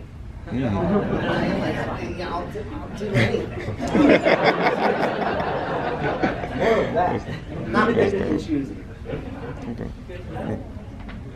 I know it's not horror, of course, but Detroit Rock City is one of my all-time favorite comedy movies. I love that. Oh, thank you. Yeah. Do you have any special memories, like when you and the fellas were making it, something that stands out in your head? Dude, like I was saying before, just playing Ocarina of Time. That game always brings me back to that time making that movie. I remember like I got it on the 3DS and I was like, oh man, shit, this brings back memories, you know what I mean? Just us drinking, smoking. I wasn't as good at it as I used to be. What about, did you like Majora's Mask too? Huh? Did you like the sequel, Majora's Mask? I never played Majora's Mask. Yeah. Well, no, I played the beginning, and I was like, what? I didn't like the fact that there was a time limit on it. And I want to take my time, you know, kind of looking around. But everybody says it gets really good, so I don't know. My favorite one actually is Twilight Princess. Yeah. This is our last one right here. All right. For Gen Xers and Millennials, you popped up in our screens for a variety of different ways. One interesting one was the Aerosmith Living on the Edge video. Do you have any memories from the shooting of that video? Oh, dude, yeah, man. I first of all, meeting Aerosmith, you know, that was amazing. We shot it for a couple days, and yeah, it's so cool, man. Like, you know, it's like something, like for instance, like my kid, I don't really show him anything that I do or anything. He doesn't really care. I really like that, because he loves rock. You know what I mean? I was like, look at this, man. You know what I mean? And yeah, but I wish you know what? Like, I kind of wish like I was in the one with like Alicia Silverstone. Oh, yeah, let's go. Don't we all? Yeah, Thank you. Tyler, but yeah, there's one. Oh man, There's some good ones. Yes. Yeah. All right, guys. Well, that's going to wrap up our panel here with Edward Furlong. What we do here after the panel, we all kind of gather in the middle, and we're going to turn around and do like a selfie with everyone behind us, if that's cool. All right. Yes. All right, guys.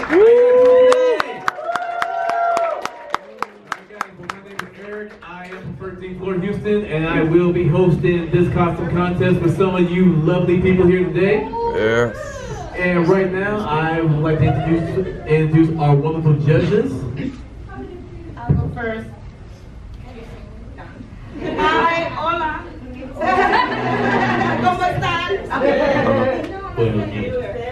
I'm Cindy Salas. I've been cosplaying for a little over years. And, okay, 35, there's that. Since she was a Since I came out the womb, actually, yeah.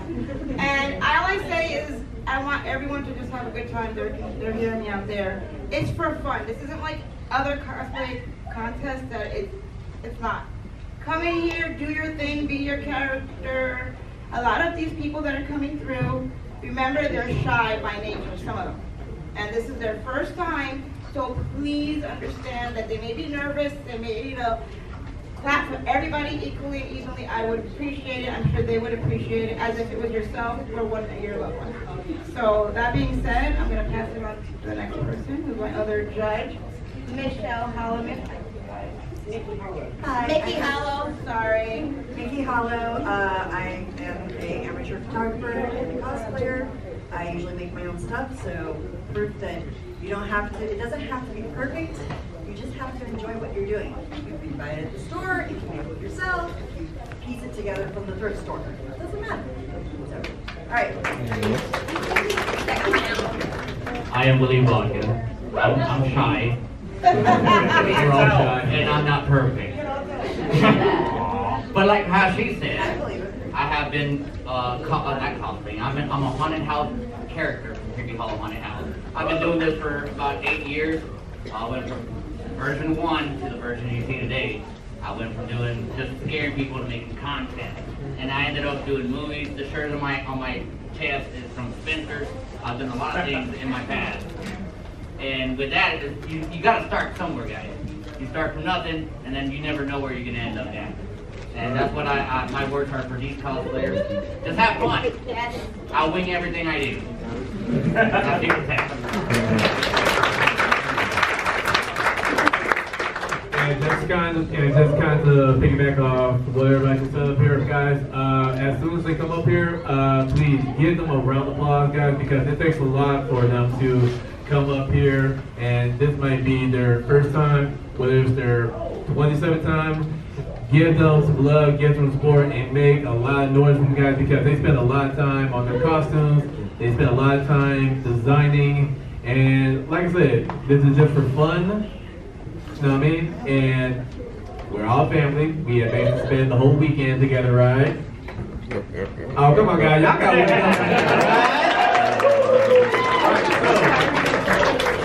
Are you guys ready? Yeah. Oh, I thought we could do paradise. Say, are you guys ready?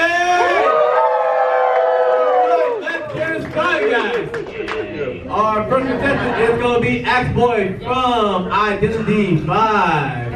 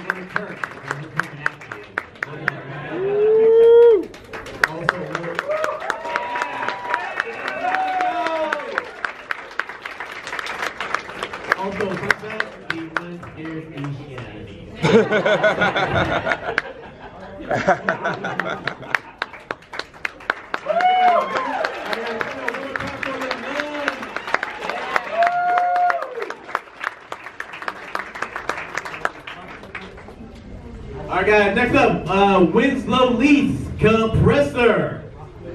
Woo. Come on down, come on down.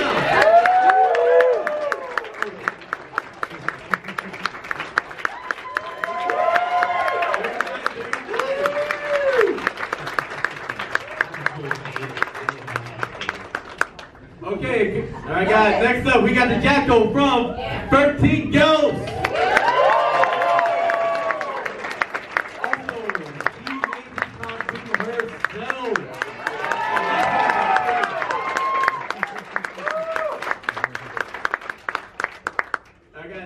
got the Repo Man, Nathan Welsh. Come on down.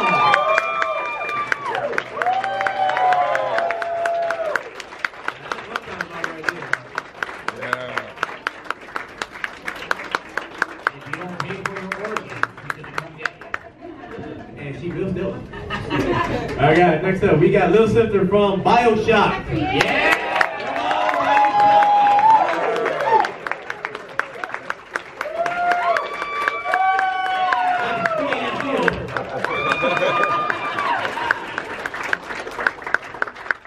Alright guys, next up we got Pyramid Head from Silent Hill. Silent Hill, come on!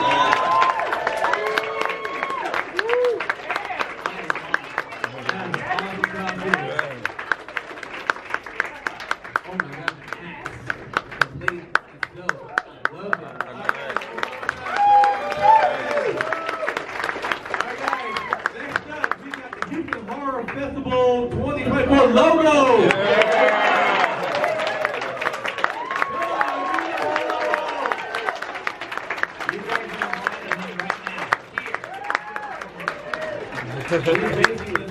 He's basically the spirit of all of us right now.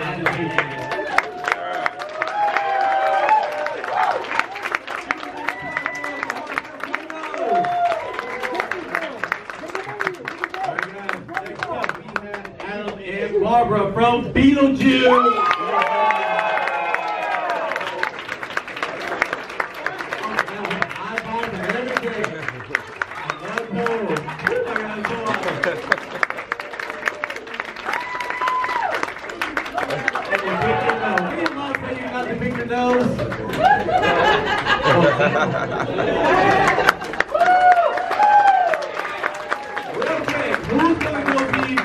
Beetlejuice when it comes out.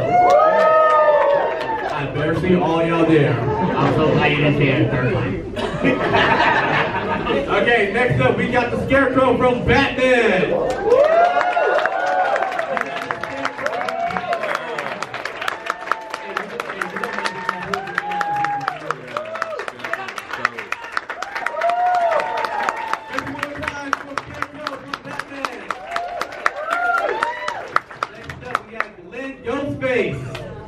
Come on down.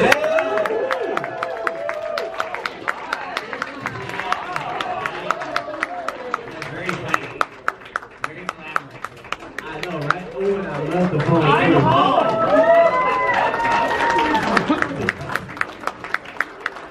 You gotta build with a passion.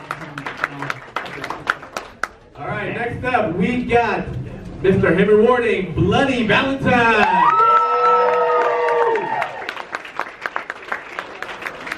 We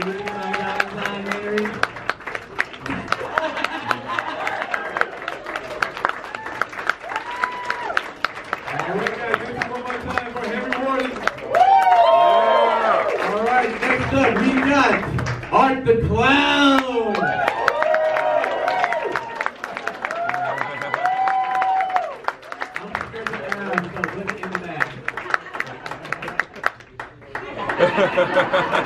And on that note, I do not want to know. I'll hold it a puppy.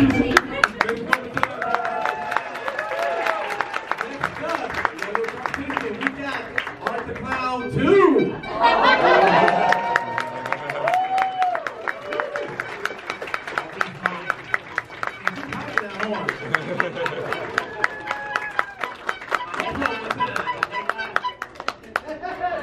Alright, next up we got Papa and Sinister from Ghost.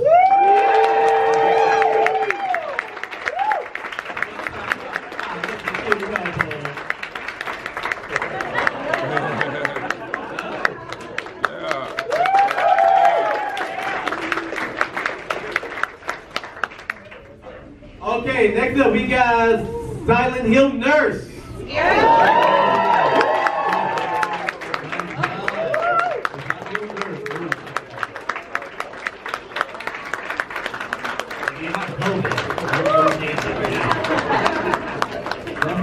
You did not want to get a checkup for him.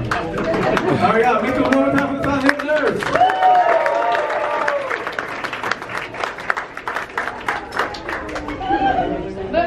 All right, y'all. Next up, Delilah Corpse. Come on down, please. So awesome. Yeah.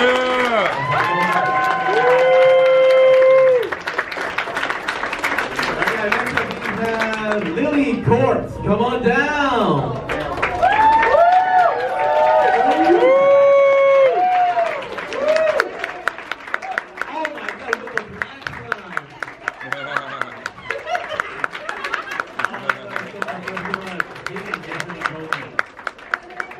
All right, next up we have the collector from the collection. Come on down.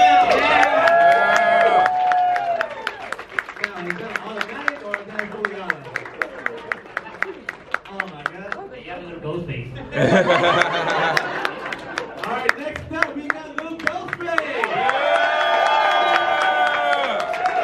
Come on, little Cosplay.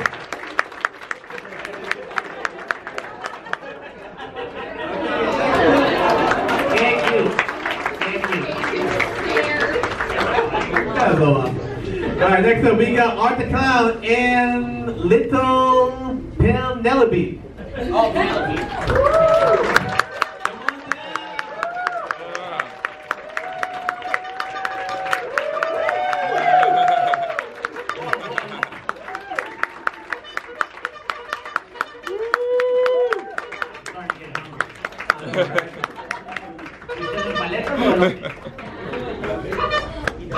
So I'm asking like I had the other one.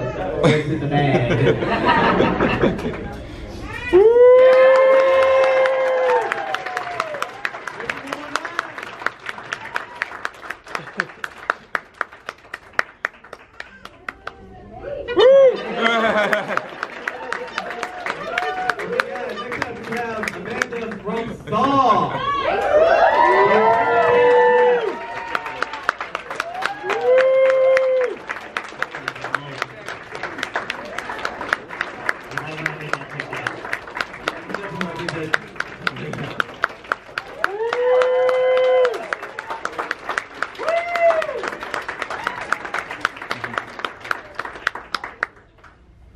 Alright, next up we got the Chainsaw Man!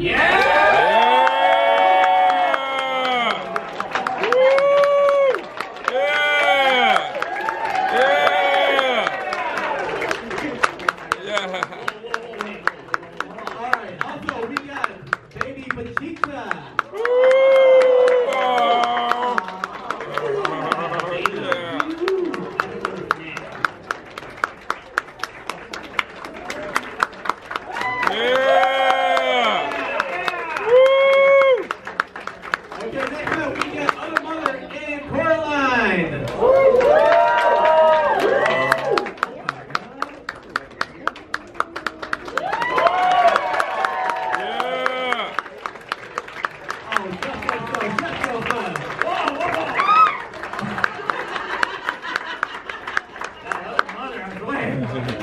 Oh my God.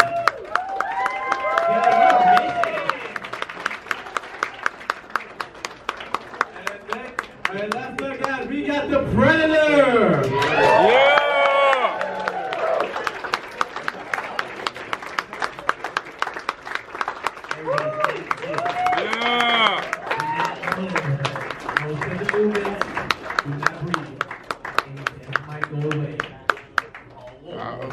I just don't want that bomb to go off.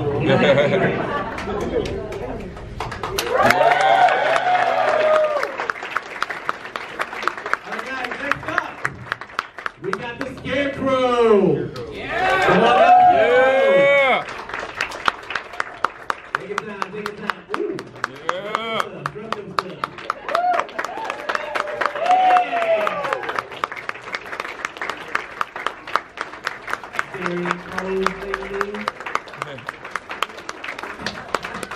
I want to go hunting with this guy. Alright guys, make some noise one more time for the Scarecrow!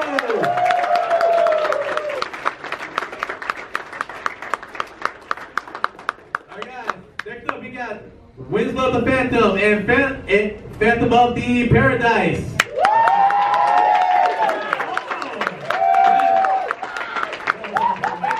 Is that a vinyl record? That is freaking awesome. So much.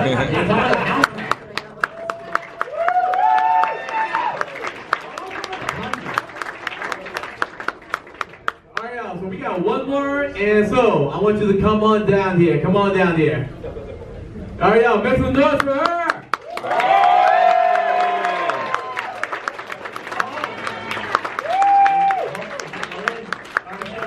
What is your character?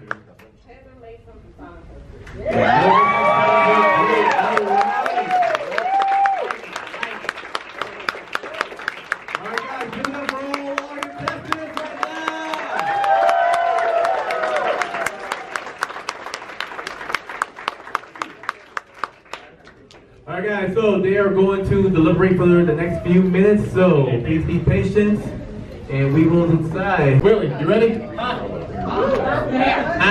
You ready? Yeah, something like that. You been drinking?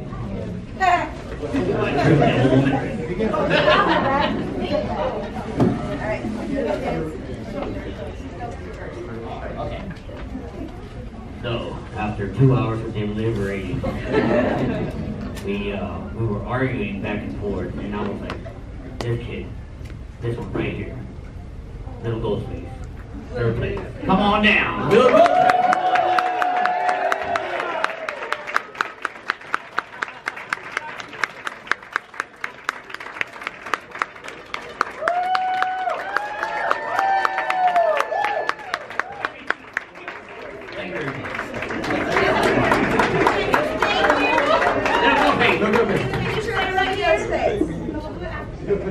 Everyone who wins, stay up there for the photos at the end. All right, and second place for the kids, we have Chainsaw Man and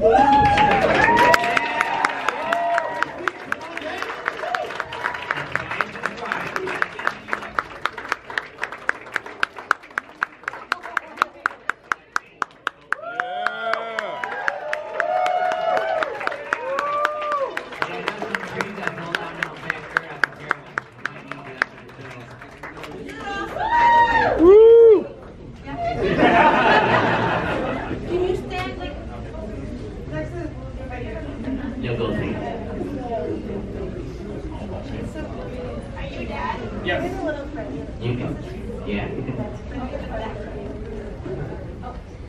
Don't let your dad spend it. You buy yourself some Pokemon cards.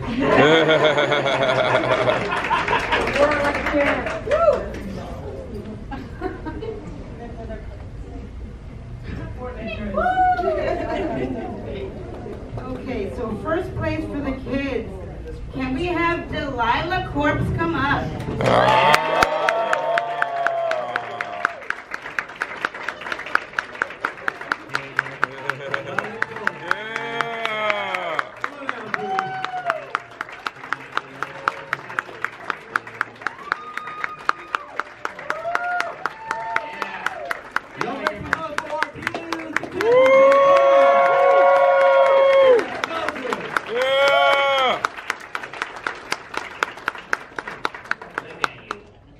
Without your pants on, you look adorable.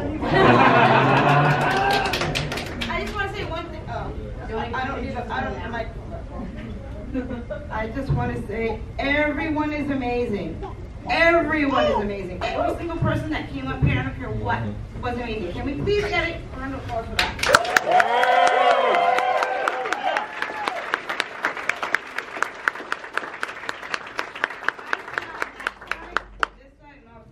And it's no fun any which way, right? But it's nerve-wracking. It really is, no matter how many years you've done it. Like right now she's filming me. but it's very nerve-wracking, and I'm just glad you all are here. And I hope you all had fun, actually. You guys had fun? Yeah! I'm sorry for those who are not going to get one of these, but it does not mean that you are not good. Just keep in mind, every year, just keep going. Do it for fun. Do it for the love of it. Just do it. Trust me. I've been doing it forever and ever and ever. Just never give up and just keep going. These kids are like, they came up here. You know what? I'm going to applaud for you guys because I was your age. I wouldn't be doing this. So.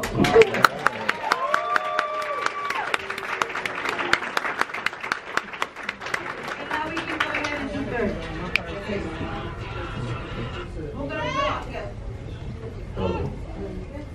number 3. Are you guys ready? Yeah. I can't hear y'all. Not because I can't hear y'all, because I'm actually deaf. So number 3, it's a couple. And this couple, you've seen them in the movie Beetlejuice.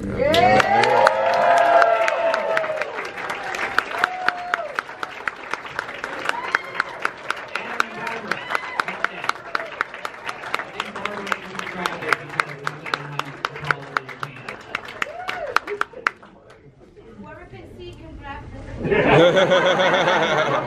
Or have the hand and can see.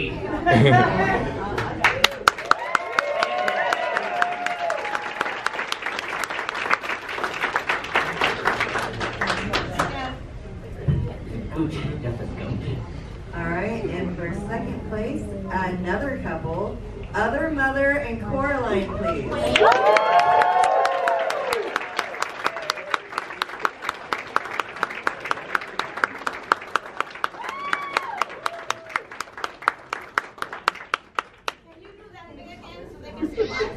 Get up, movement.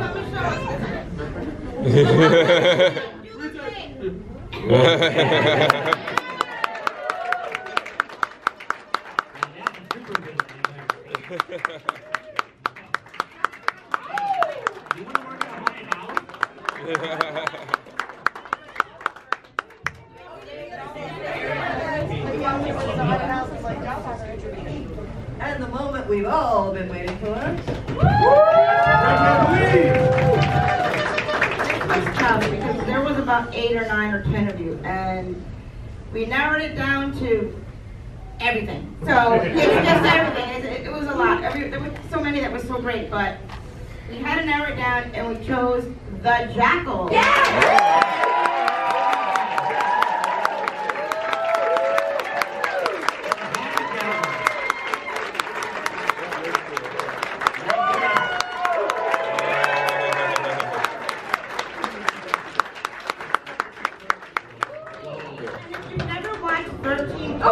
Why don't you watch it right now? You got to watch it because it's really good.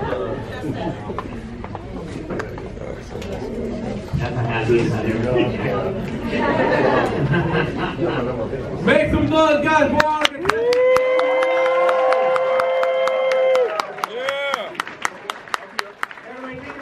Okay, travelers, and an example of the cool people that you can meet here at horror conventions. I met Virginia Powers Hendry, who was showing her film Deadhead here at the film festival, and I got some promo material here, and it gives you an example. A quote here says, "A loving ode to old school B-movie fun." So travelers, if that, you know, sounds very appealing to you, you'll want to check it out. You have a QR code there which you can scan and get more information, and I had heard word that the film will be coming to streaming sometime soon, but she couldn't discuss further details. So go ahead and get that QR code to get updated information on where you can check out Deadhead.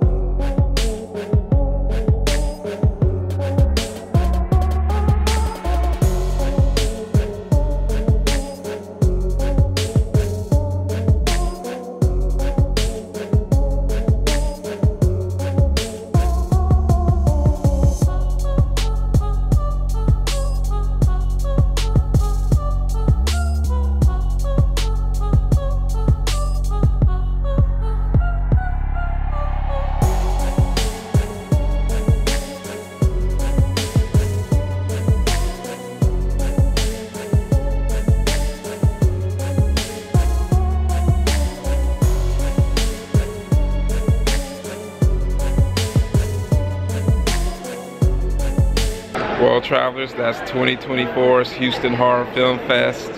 As you can see, it was quite the event, and I can't wait for next year already. Travelers, I've met so many of you here this year. So many names, so many faces. It's just a great experience meeting you all. Some of my old friends, that's always fun to get together and have those good drinks and count on the after party. And, you know, just having those meet and greets with the celebrities. I, had a great time with Heather Langenkamp. She took one of my stickers and put it on her binder, which I will actually add to the video. That was just such a great experience. She's an absolute sweetheart, and that's the reason why she's my favorite final girl. So Travelers, that is it for me here. So if you like this video, go ahead and give me an Ash Williams severed hand. You know what to do, Travelers. Like, comment in regards to anything that you saw, and if you want to stick around, go ahead and subscribe. That is me, your travel guide Brendan with the Horror Green Book, signing off, letting you know that it is scary in those streets. So let me know you made it home safely.